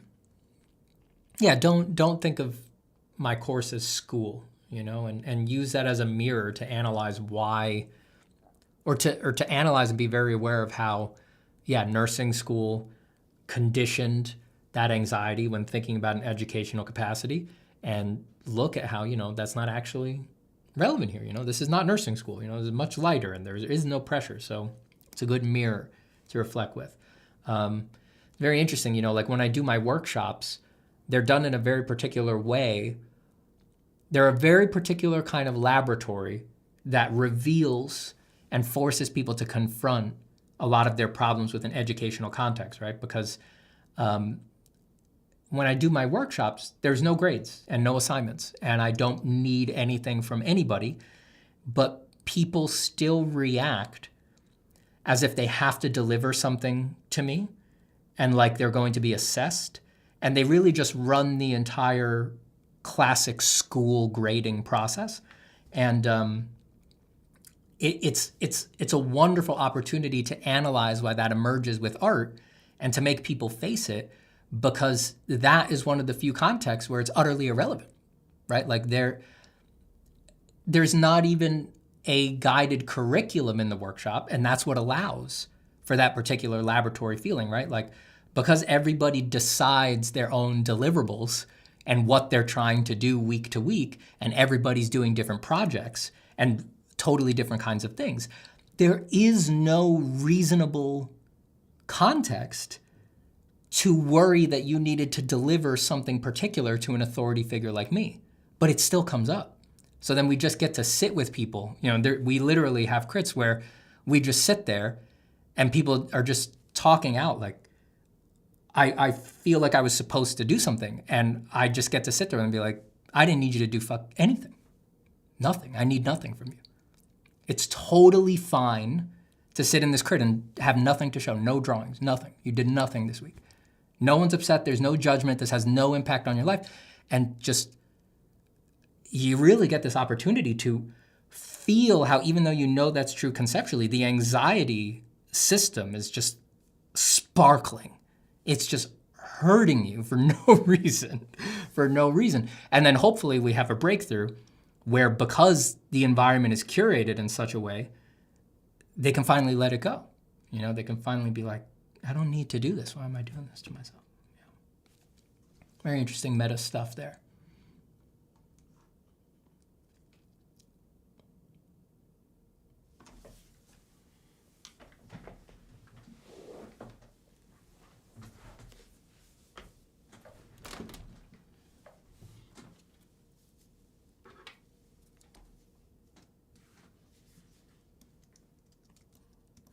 Okay, I got 2 feathers done so far.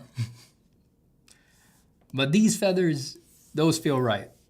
Those feel like they'll be the anchor feathers for the butt feathers there. That's kind of the value range I'm looking for from them. They feel darker than these down here, but they still have some structure to them.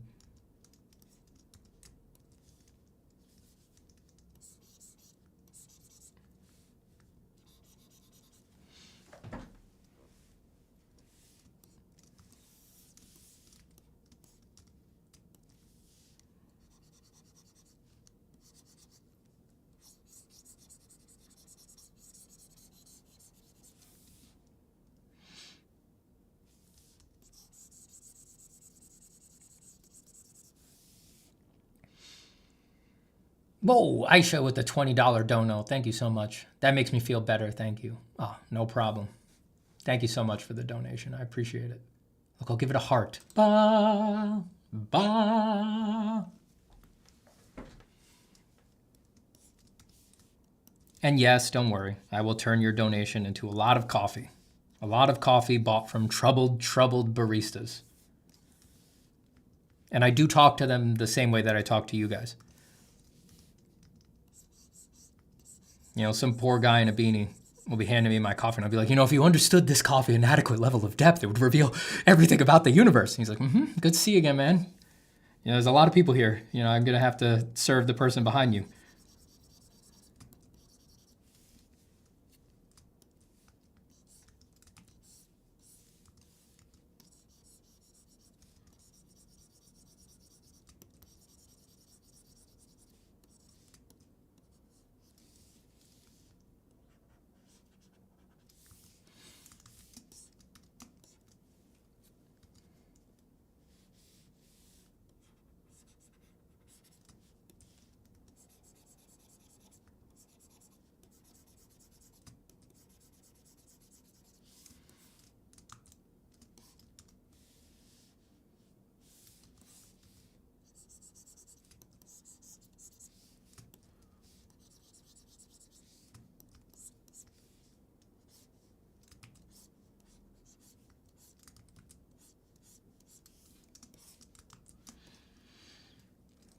Chicken butt, you're so pretty.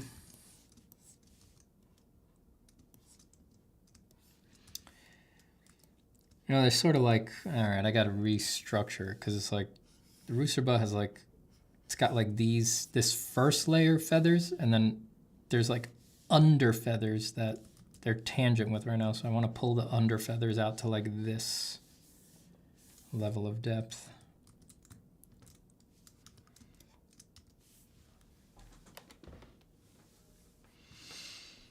Lack Aslam says, how's it feel to transition from meat blobs to feathers of incredible quality? It feels good, I've got to admit.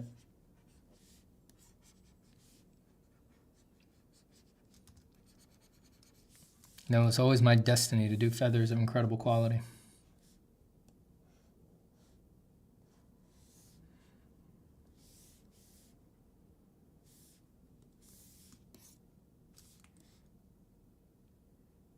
See what I'm saying? You see how those are like shorter and those stick out more? Chicken butt, chicken butt.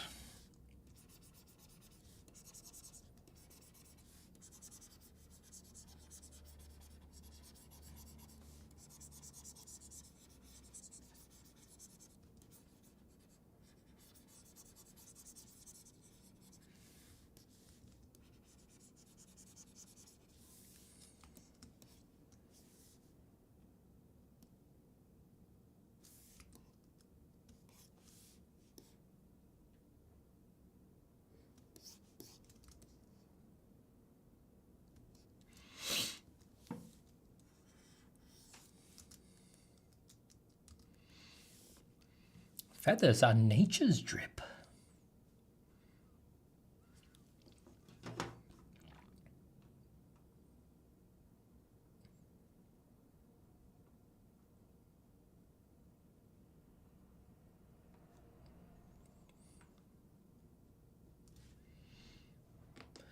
Aka says, hi, Stephen, do you have any advice on being afraid to open up commissions?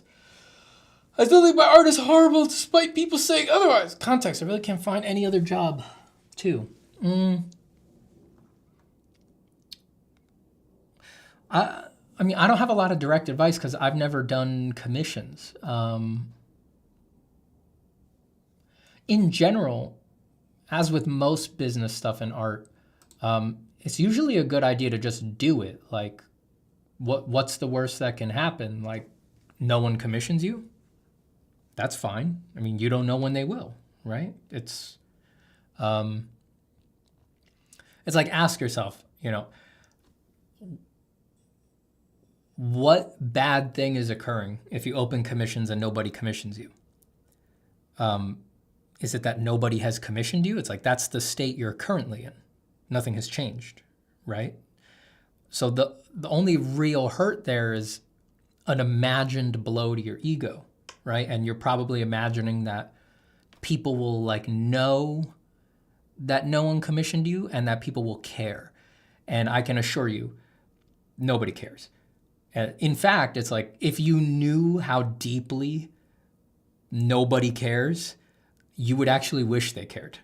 That's the horrible truth for most artists. It's like, it's worse than you think, you know? It's like, you think people care. It's like, oh, that's cute. That's cute. No, it's so hard to get anybody to care about anything that has to do with art. If you really knew how much nobody cares, whether you get commissioned or not, you would wish they cared that you didn't get commissioned. You would wish that they were engaged enough with you and your career and with art and like that to care. It's like, nobody cares. Nobody cares. You know, some people are in a situation where it's like maybe you're putting a lot of weight on getting commissions and, you know, your mom knows that you're thinking of doing it. And she's like, well, if you don't get any commissions, you know, then you have to go to college or, you know, you have to move back to the house. Like there could be all sorts of family stuff like that, right? And in those situations, there's nothing to be said about that. I mean, that's just, it is what it is, right? You're in relationship with another person and there's compromises that need to be made. And especially if you rely on other people, then it's like, you know, what else can be said there? But beyond situations like that, it's like, nobody cares. Nobody cares. You're good. Just do it. Just open it up.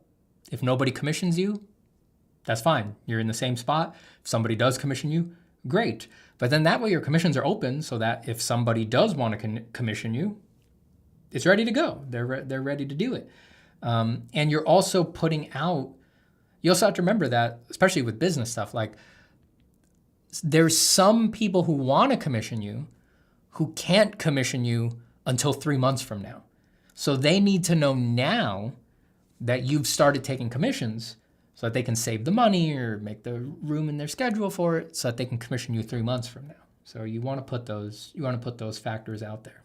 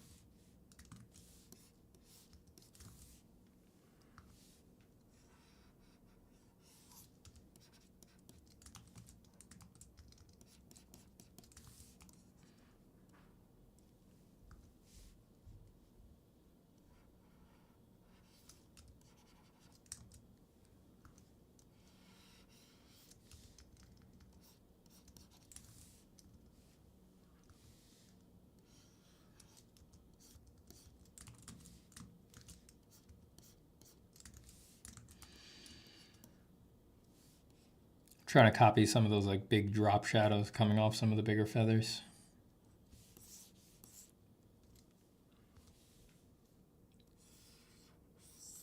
I didn't do a super clean job in setting these up, but do I ever do a super clean job of anything? Not really.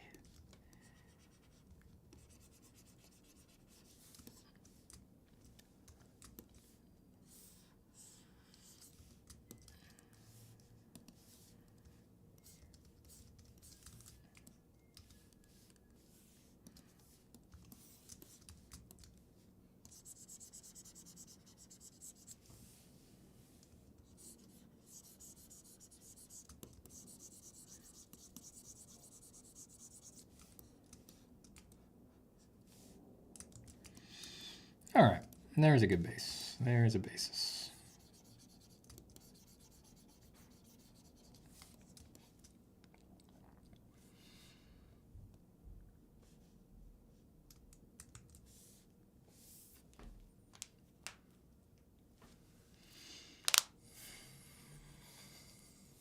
Hey, Emma, how's it going? I see Emma says, one worry some people have is how to price their work and when, if to raise the price in a way that's both fair and gets you somewhere.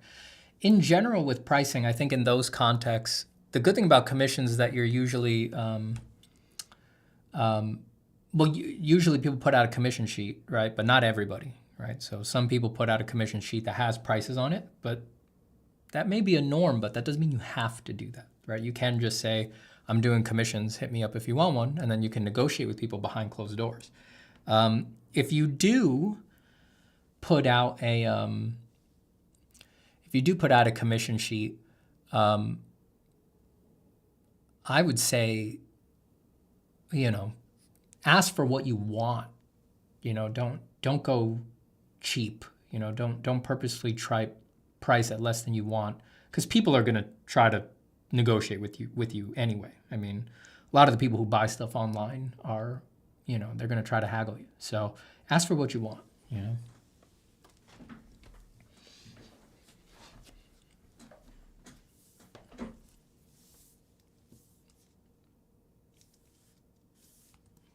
And for the love of God, make it expensive.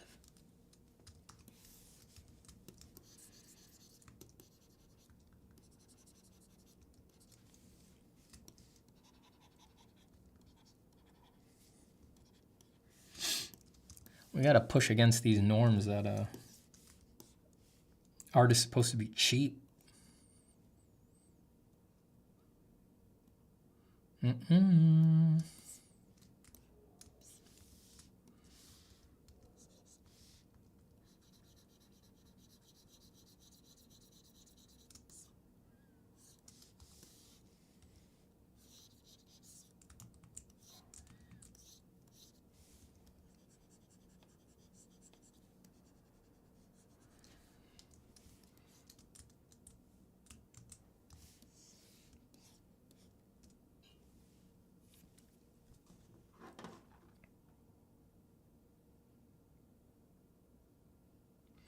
BF Jerky says, there's a local art contest I want to enter. Hearing you talk helps me with my fear of not being good enough. I'm glad, very glad. The other advice was commission starts with valuing your own work, and time and effort is usually the hardest part, to be confident giving a price. Yeah, I mean, it's amazing.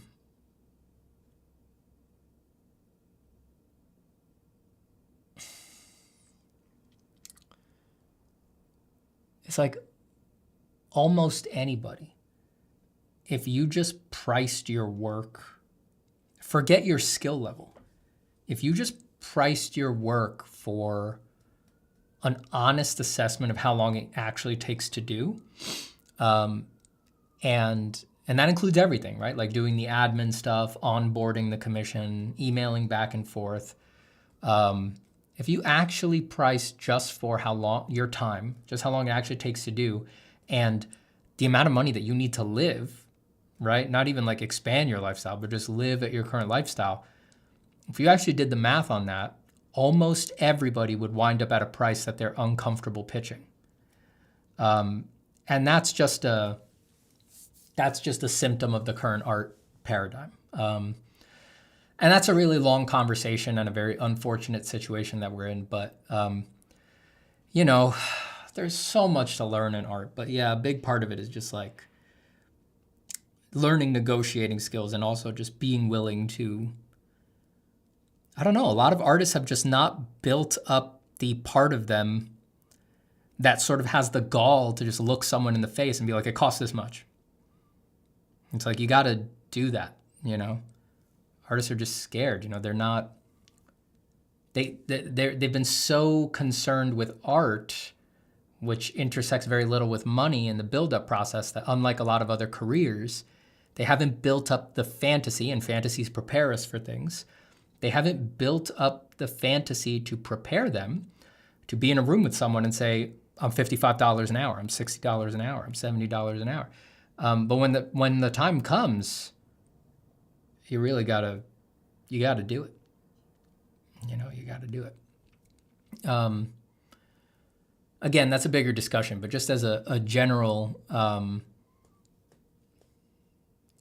it's just a general piece of advice for sort of giving you some gall there, just remember that like currently a lot of the most handsomely rewarded people in the world make the world a worse place. So on balance, not all, but a lot of the most monetarily rewarding and desirable status jobs make the world a worse place, and just they don't make anything better. So it's okay to go out on a limb and ask for some money. If you're making art, you're making the world a better place. That's all right.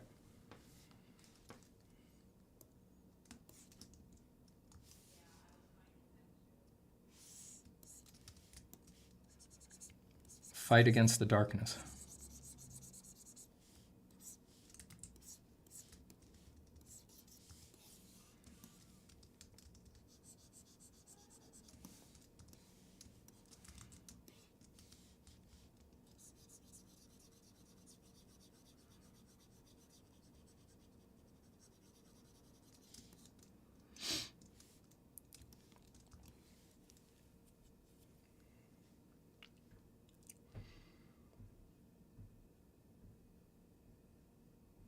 I had a fellow nurse stand in as my agent, and she started pricing my stuff. So that took the pressure off me pricing and demanding, and I could put it on my agent's pricing. Good.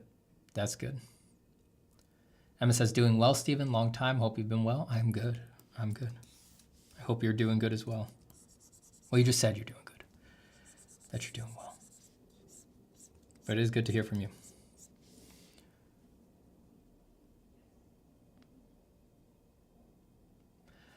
I was always more comfortable having someone else price my work, aka hiding behind someone. Yeah, I mean, that's why a lot of artists look for agents or have gallery representation and things like that. But, the galleries take half. And how hard are they really representing you?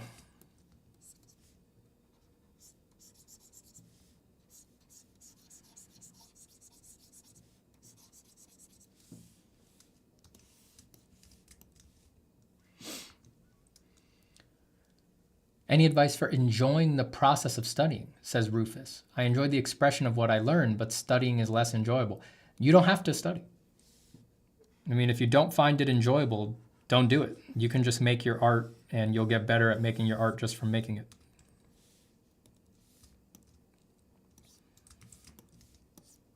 Things could change in your life anytime. A year from now, things could be different in your life, and you find studying enjoyable. But if you don't find studying enjoyable, you don't have to do it.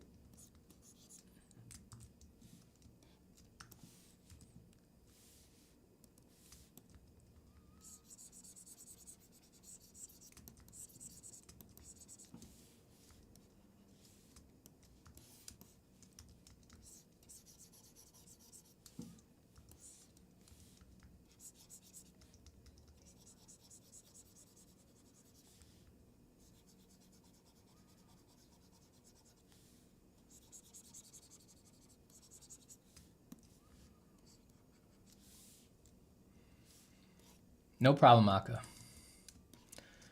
Stephen, what was life as an angst-filled college dude living off banana bread and making art like? Educational. Educational. I can give a lot of art advice here and in workshops and classes because I suffered with the best of them. There's very few art sufferings people can bring up to me that I did not go through.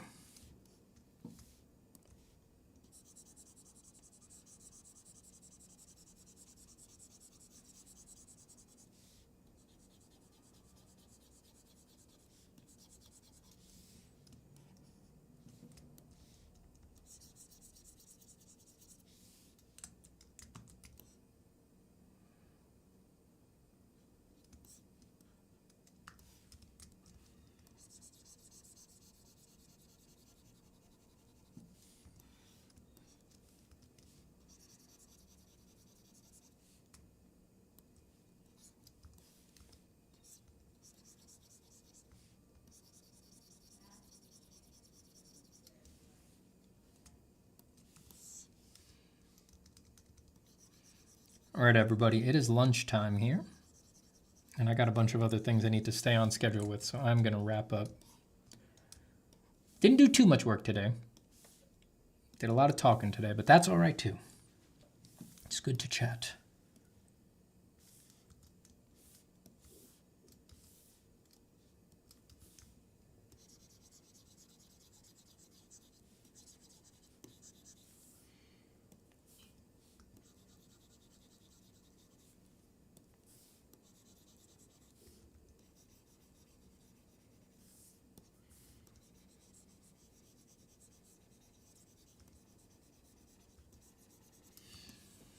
If these all wind up too dark, I can just lighten the tail with a general value, like a, a levels layer in Photoshop, just so that it has, the colors have a lighter base to sit into.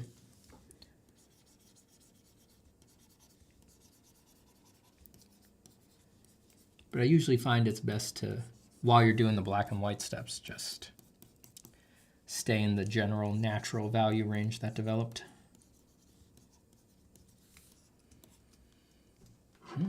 Something like that could be good. Indeed.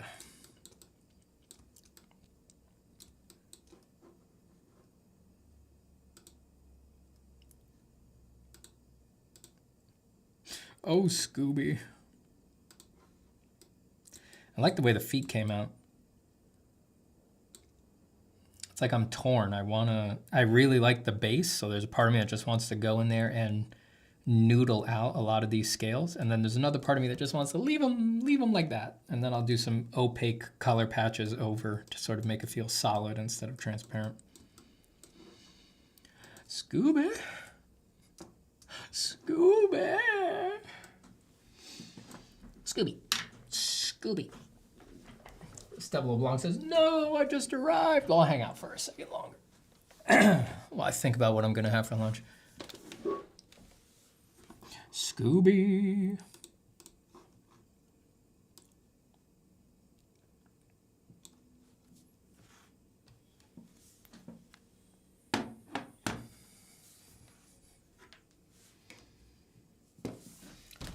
When will the chicken be finished, Stephen? The chicken will be finished when the chicken is finished, and no sooner. No sooner.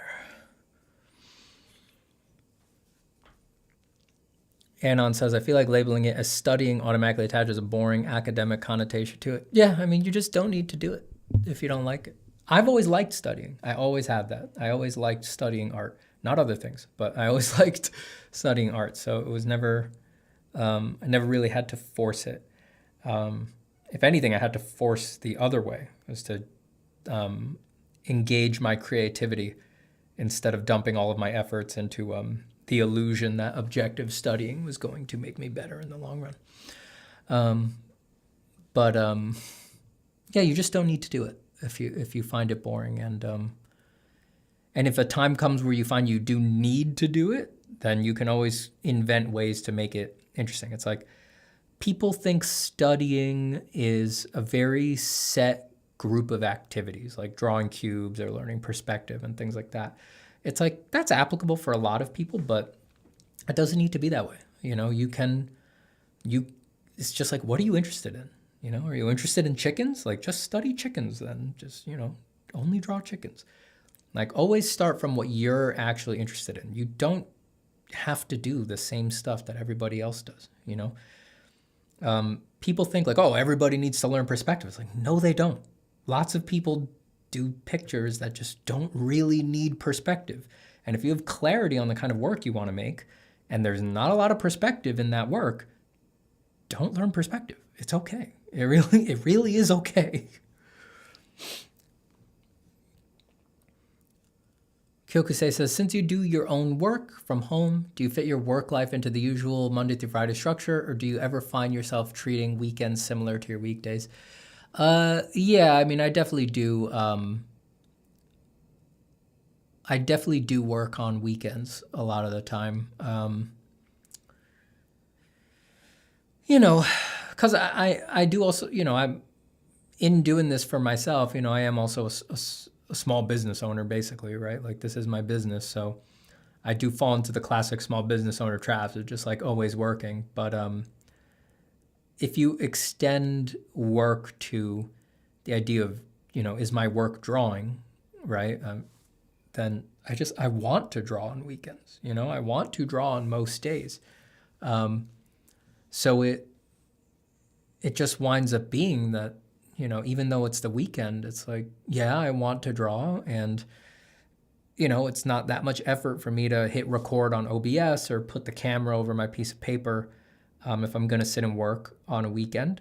And then that's sitting there, and that can go in a YouTube video or be part of a demo for a course. Like when you're doing the thing that you like doing, everything does kind of mix together. And there's that old quote, I forget who it's by, it was just like, if you do what you love, you'll never work a day in your life. That is so not true. It'll feel like work a lot of the time. But even though it feels like work, you've just built up these habits for this thing that you love for so long that it's like, I just want to sit there and draw.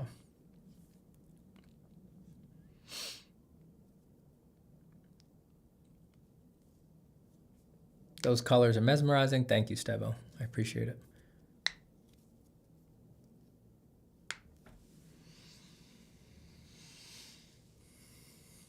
Nobody says, hello, beautiful people. Feathers are so pretty. They are. Feathers are cool. Nobody then says, goodbye, beautiful people.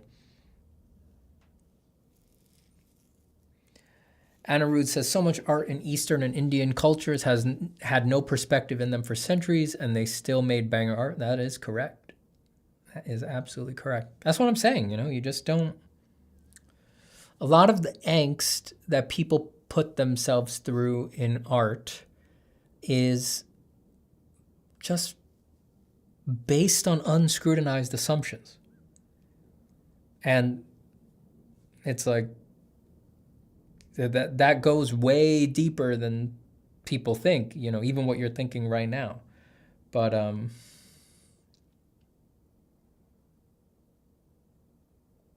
silent because it's just, I always find it shocking when I think about it. Like, it really can just be that someone heard once years ago in like a YouTube video or read in a book just once. Like, all good artists need to know perspective. They just heard that once. And it's been affecting their feelings and their choices around art every day ever since. And they never stop to ask, what do I want to do? What kind of pictures do I actually want to make? And do those pictures have perspective in them? And then sometimes the sunk cost is so great. This is an added problem on top of that. But they just heard this once. They, in an unscrutinized fashion, reacted to it for a decade. And then they maybe hear me, someone like me, say this 10 years later, realize they've never thought about what kind of pictures they actually want to make. But then they have the sunk cost fallacy where they spent 10 years anguishing over this set of criteria they thought they were supposed to fulfill. They can't accept that those 10 years were aimed in the wrong direction. And so they'll then lie to themselves that their pictures need to have perspective in them because they've been obsessing over this thing they actually don't care about for 10 years. And then they're truly fucked. Then they're really closing their heart to the pictures that they would really like to make because of a 10-year-long reaction to one sentence. I mean, I've seen it happen with so many people, and it's just like I feel a icy hand clench my heart when I think about it. I can't help but just shake my head in wonder at God damn.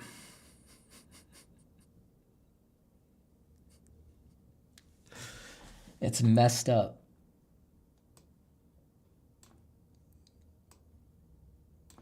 That is messed up.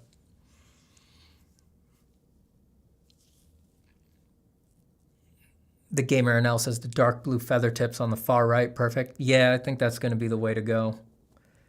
It's because the blue can get nice and, you know, they're still very dark, right? If I make the picture black and white. You see how the blue doesn't actually make them lighter. See, if I turn the color on and off, everything else is changing, but if you look at the blue tips in the back, having the blue on doesn't actually make them lighter.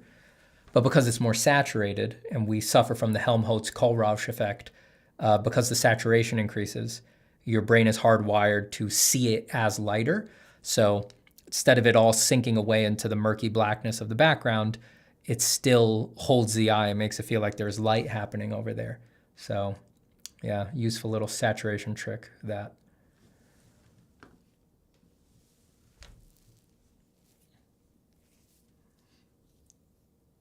All these secrets and more are covered in the color section of Elements of Art in my upcoming course, blah.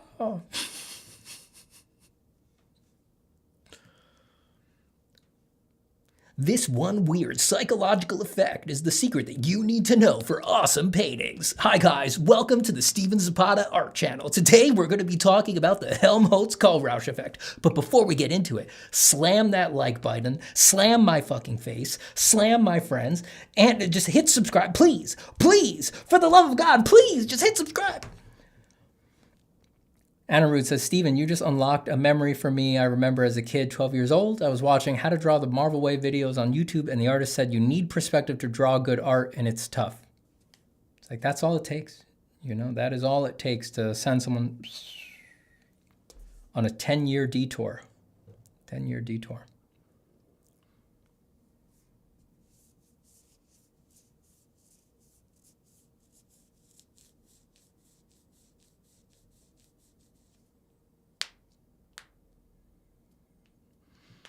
Aldrin says, Fardia Faraji basically has the same philosophy but with music of the past. How needing to read music, sheet music, vertical versus horizontal, or the West versus Oriental divide myth, etc. Yeah, I mean, you know, everything all the way down is conditioned. It's all conditioned.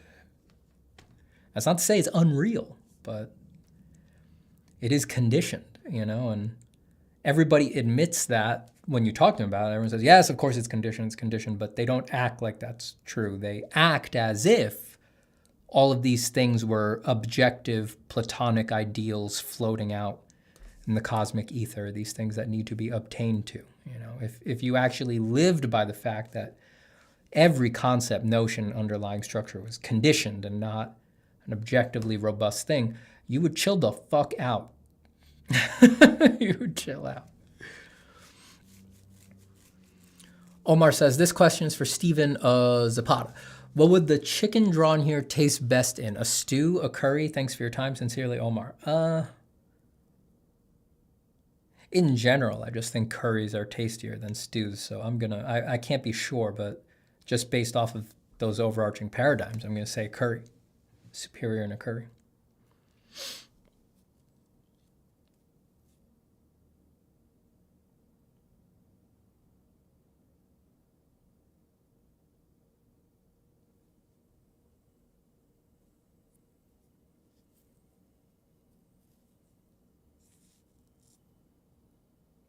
When does the Elden Ring course drop? Yeah, I'll teach you how to farm runes or whatever.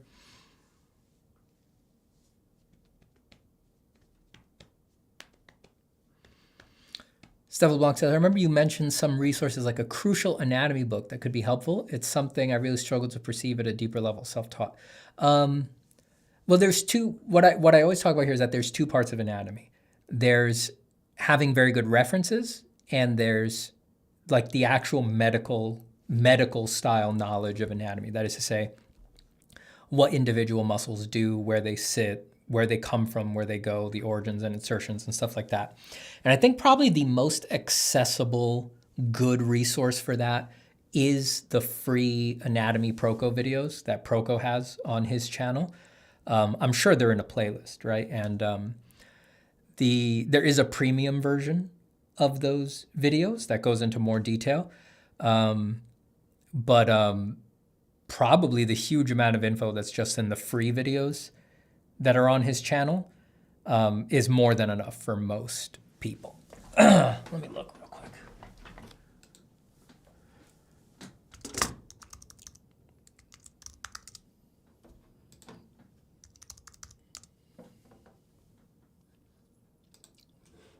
Porco playlist.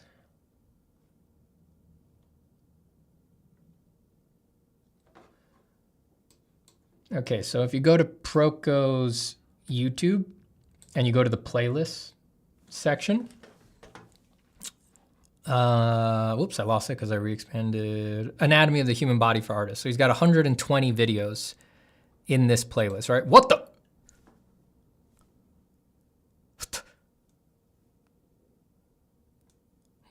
What the?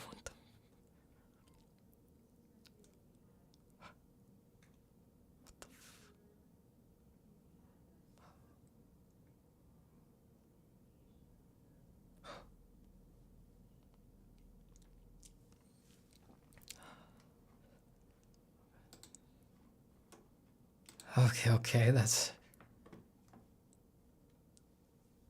a little better. So there's a lot of videos in here, a lot of videos in this playlist. The amount of info that's in these is more than enough info for most people. If you want to go really, really deep, certainly, there's a level of depth that's in like actual anatomy textbooks that is very useful. But these videos are the most accessible, instead of reading and doing it yourself, it's already structured for you. There's animations. I think this is the best baseline anatomy knowledge available to people. So that's like the medical style of anatomy. And then there's just having good references. And the one that I always recommend for that is Frederick Delaviere's Strength Training Anatomy, which I probably have somewhere.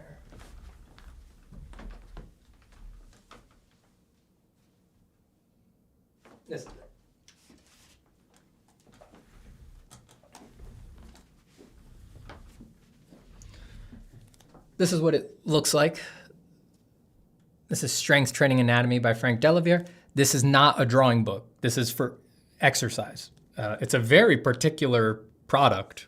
It's interesting that he thought to make it, but it's literally a book about exercise and what muscle groups are activated by particular exercises. But this guy is a great anatomist, and the drawings are beautiful. But this is a great reference for people who want to draw anatomically.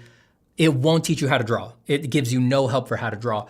But the sheer variety of poses in the hundreds of diagrams that are here, for any pose that you might draw where you get confused about the anatomy, you can look through this book and you'll find some diagram that is vaguely the right angle for that body part and it's bent that way, and it'll help you know what bones are where, what muscles are where. And that's not actually the case with traditional anatomy books. Like, traditional anatomy books usually only actually have like a few full body plates, and that's what they teach you with, right? Like a classic anatomy text like Artistic Anatomy by Dr. Paul Reicher, there's really just like 8 plates, just a front and a back full body and a couple details of the hands, and that's it, and everything else is text. And, the body's just straight. It doesn't show poses. So this is one of the great references that has all these different poses so that you can actually compare it to your drawings. And I used to use this book like that all the time. And when I am confused about something, this is the one that I always come back to. Or there's also some good apps out there, like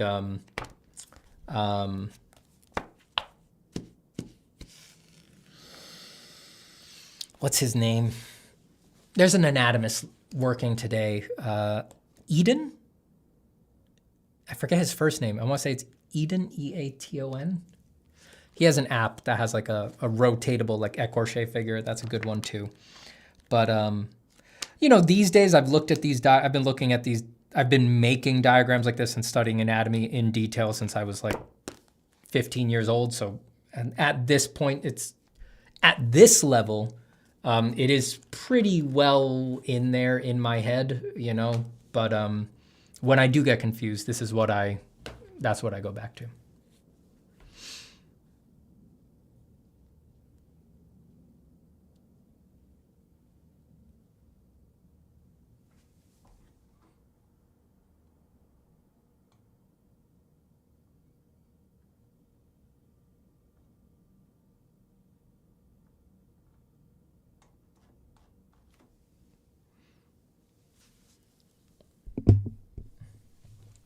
It kind of looks like this disturbed Proco has the chicken legs that I drew.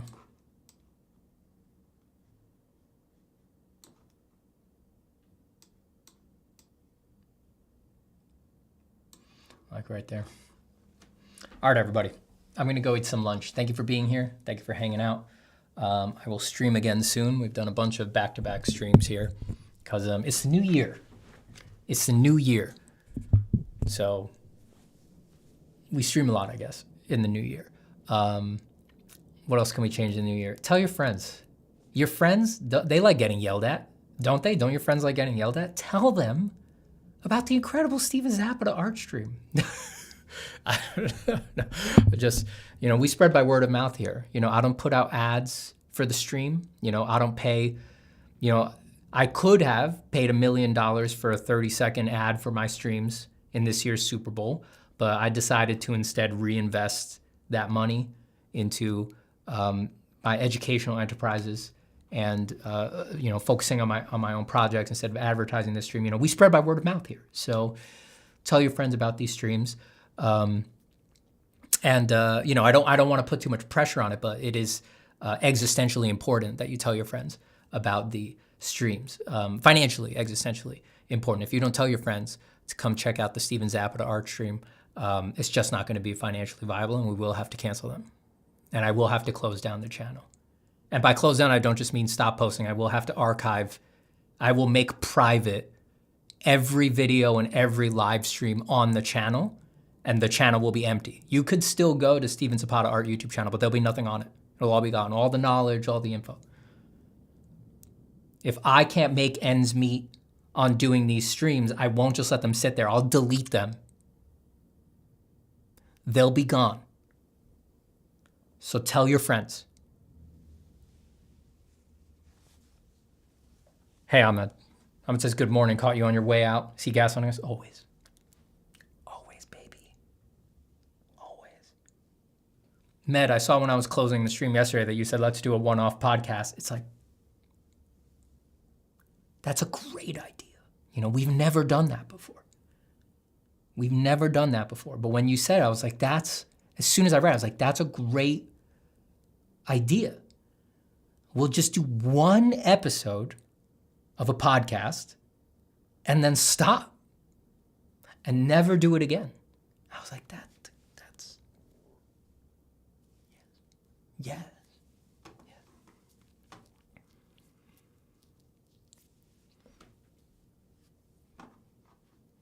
Anna Root says, Stephen, me and my friend watch your stream together on our personal Discord server and discuss the greatness. Good. See, you see? Anna Root knows how to do it. Anna Root knows how to do it. Aisha sending me another $20 donation. Whew. Thank you so much. Let's celebrate their 10th super on a live stream. Wow. Dude. Aisha, that's your 10th super on a live stream. No one has ever hit that before. How crazy is that? Congratulations. I don't think it. I've never seen that pop up. I've never seen that particular notification pop up for anyone ever before. You're the winner. You're the hero. You're the leader. You see that sticker? Look at the little pair dancing around saying, you are amazing. You are amazing to me because you gave me $20. Baby, and you didn't just do it once, you did it 10 been 10 times. Maybe the other times weren't $20. They might have been 1, they might have been 5. But this time you gave me 20. 20 on the 10th time, and baby, that's nice. I'm gonna turn it into coffee. All right. Thank you so much. I really appreciate it. I really, really appreciate it. Triple X, new lore drop? Triple X. Is Aisha secretly Triple X? Look, Triple X came out of nowhere, dropped once, big amount of money. It's a little hard for me to remember now, but I think Triple X was trying to buy my body. Now, I can't remember if Triple X explicitly requested striptease or a lap dance or some sort of buy my body kind of a thing, or if I read that in between the lines of Triple X's message, but I think I read in between the lines. It was a sum of money that I was like, you only give this amount of money if you're trying to get a little reciprocity. A secret night. Alone. But I'm married. I'm a married man, and I'm loyal. I can't be bought. They say everybody has their price. And that's true, but that wasn't it. Like anybody else, I have a price. There's a number. But that wasn't it. That wasn't it. Look,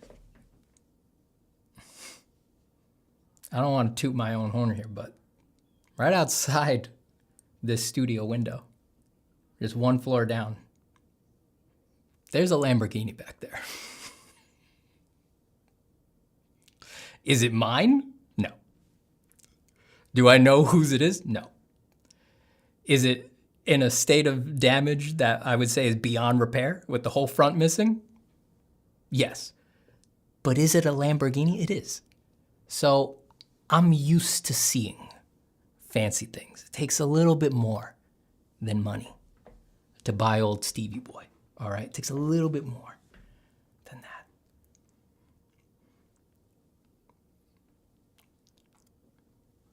All right, I really gotta go eat lunch. All right, thank you again to Aisha for being the first person to ever hit a 10 super streak. Incredible. I appreciate it. Oh, you did it again.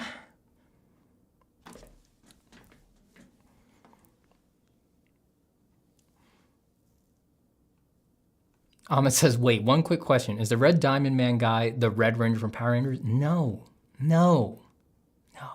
Red Diamond Man is his own genre-defining IP that has been licensed by both Warner Brothers and Sony Pictures. Bidding war, back and forth. The rights were bought. They let them lapse. They couldn't greenlight it. The rights reverted to me. It was optioned by the other one.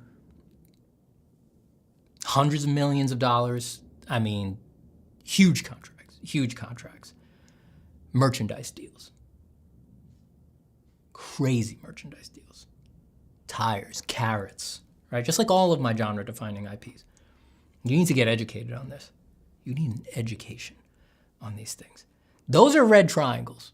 You gotta add another triangle, put it on the bottom, and then put them together. That's red diamond. All right, everybody. I'm gonna go. Thank you for being here. Goodbye to Lack. Goodbye to Steve LeBlanc. Goodbye to Asha. The thought of you closing down the chat and archiving made me very, very sad. I'm laughing because of how true it is. We spread by word of mouth here, so you get your friends in here. If your friends don't show up here, it's all going bye-bye. All right, I can't just do this for no reason. It goes bye-bye. So you get every one of you, it's a pyramid scheme now. Each one of you get 5 friends, you bring your friends. Now the stream's free, it's not like some beauty product thing, they don't have to buy anything, but they're still your downline and I'm still your upline. So then those 5 friends, they each need to get 5 friends who then watch your stream. But you, at the end of your stream, you send them to my stream, right? So maybe you've got 15 people watching your stream, but then all you and the 15 other people, then you come watch my stream. But then there's other people who are then sending 15 people to meet. So my stream always the biggest. My stream always the biggest. But you could have a good stream too. You could have a pretty big stream, but mine always the biggest.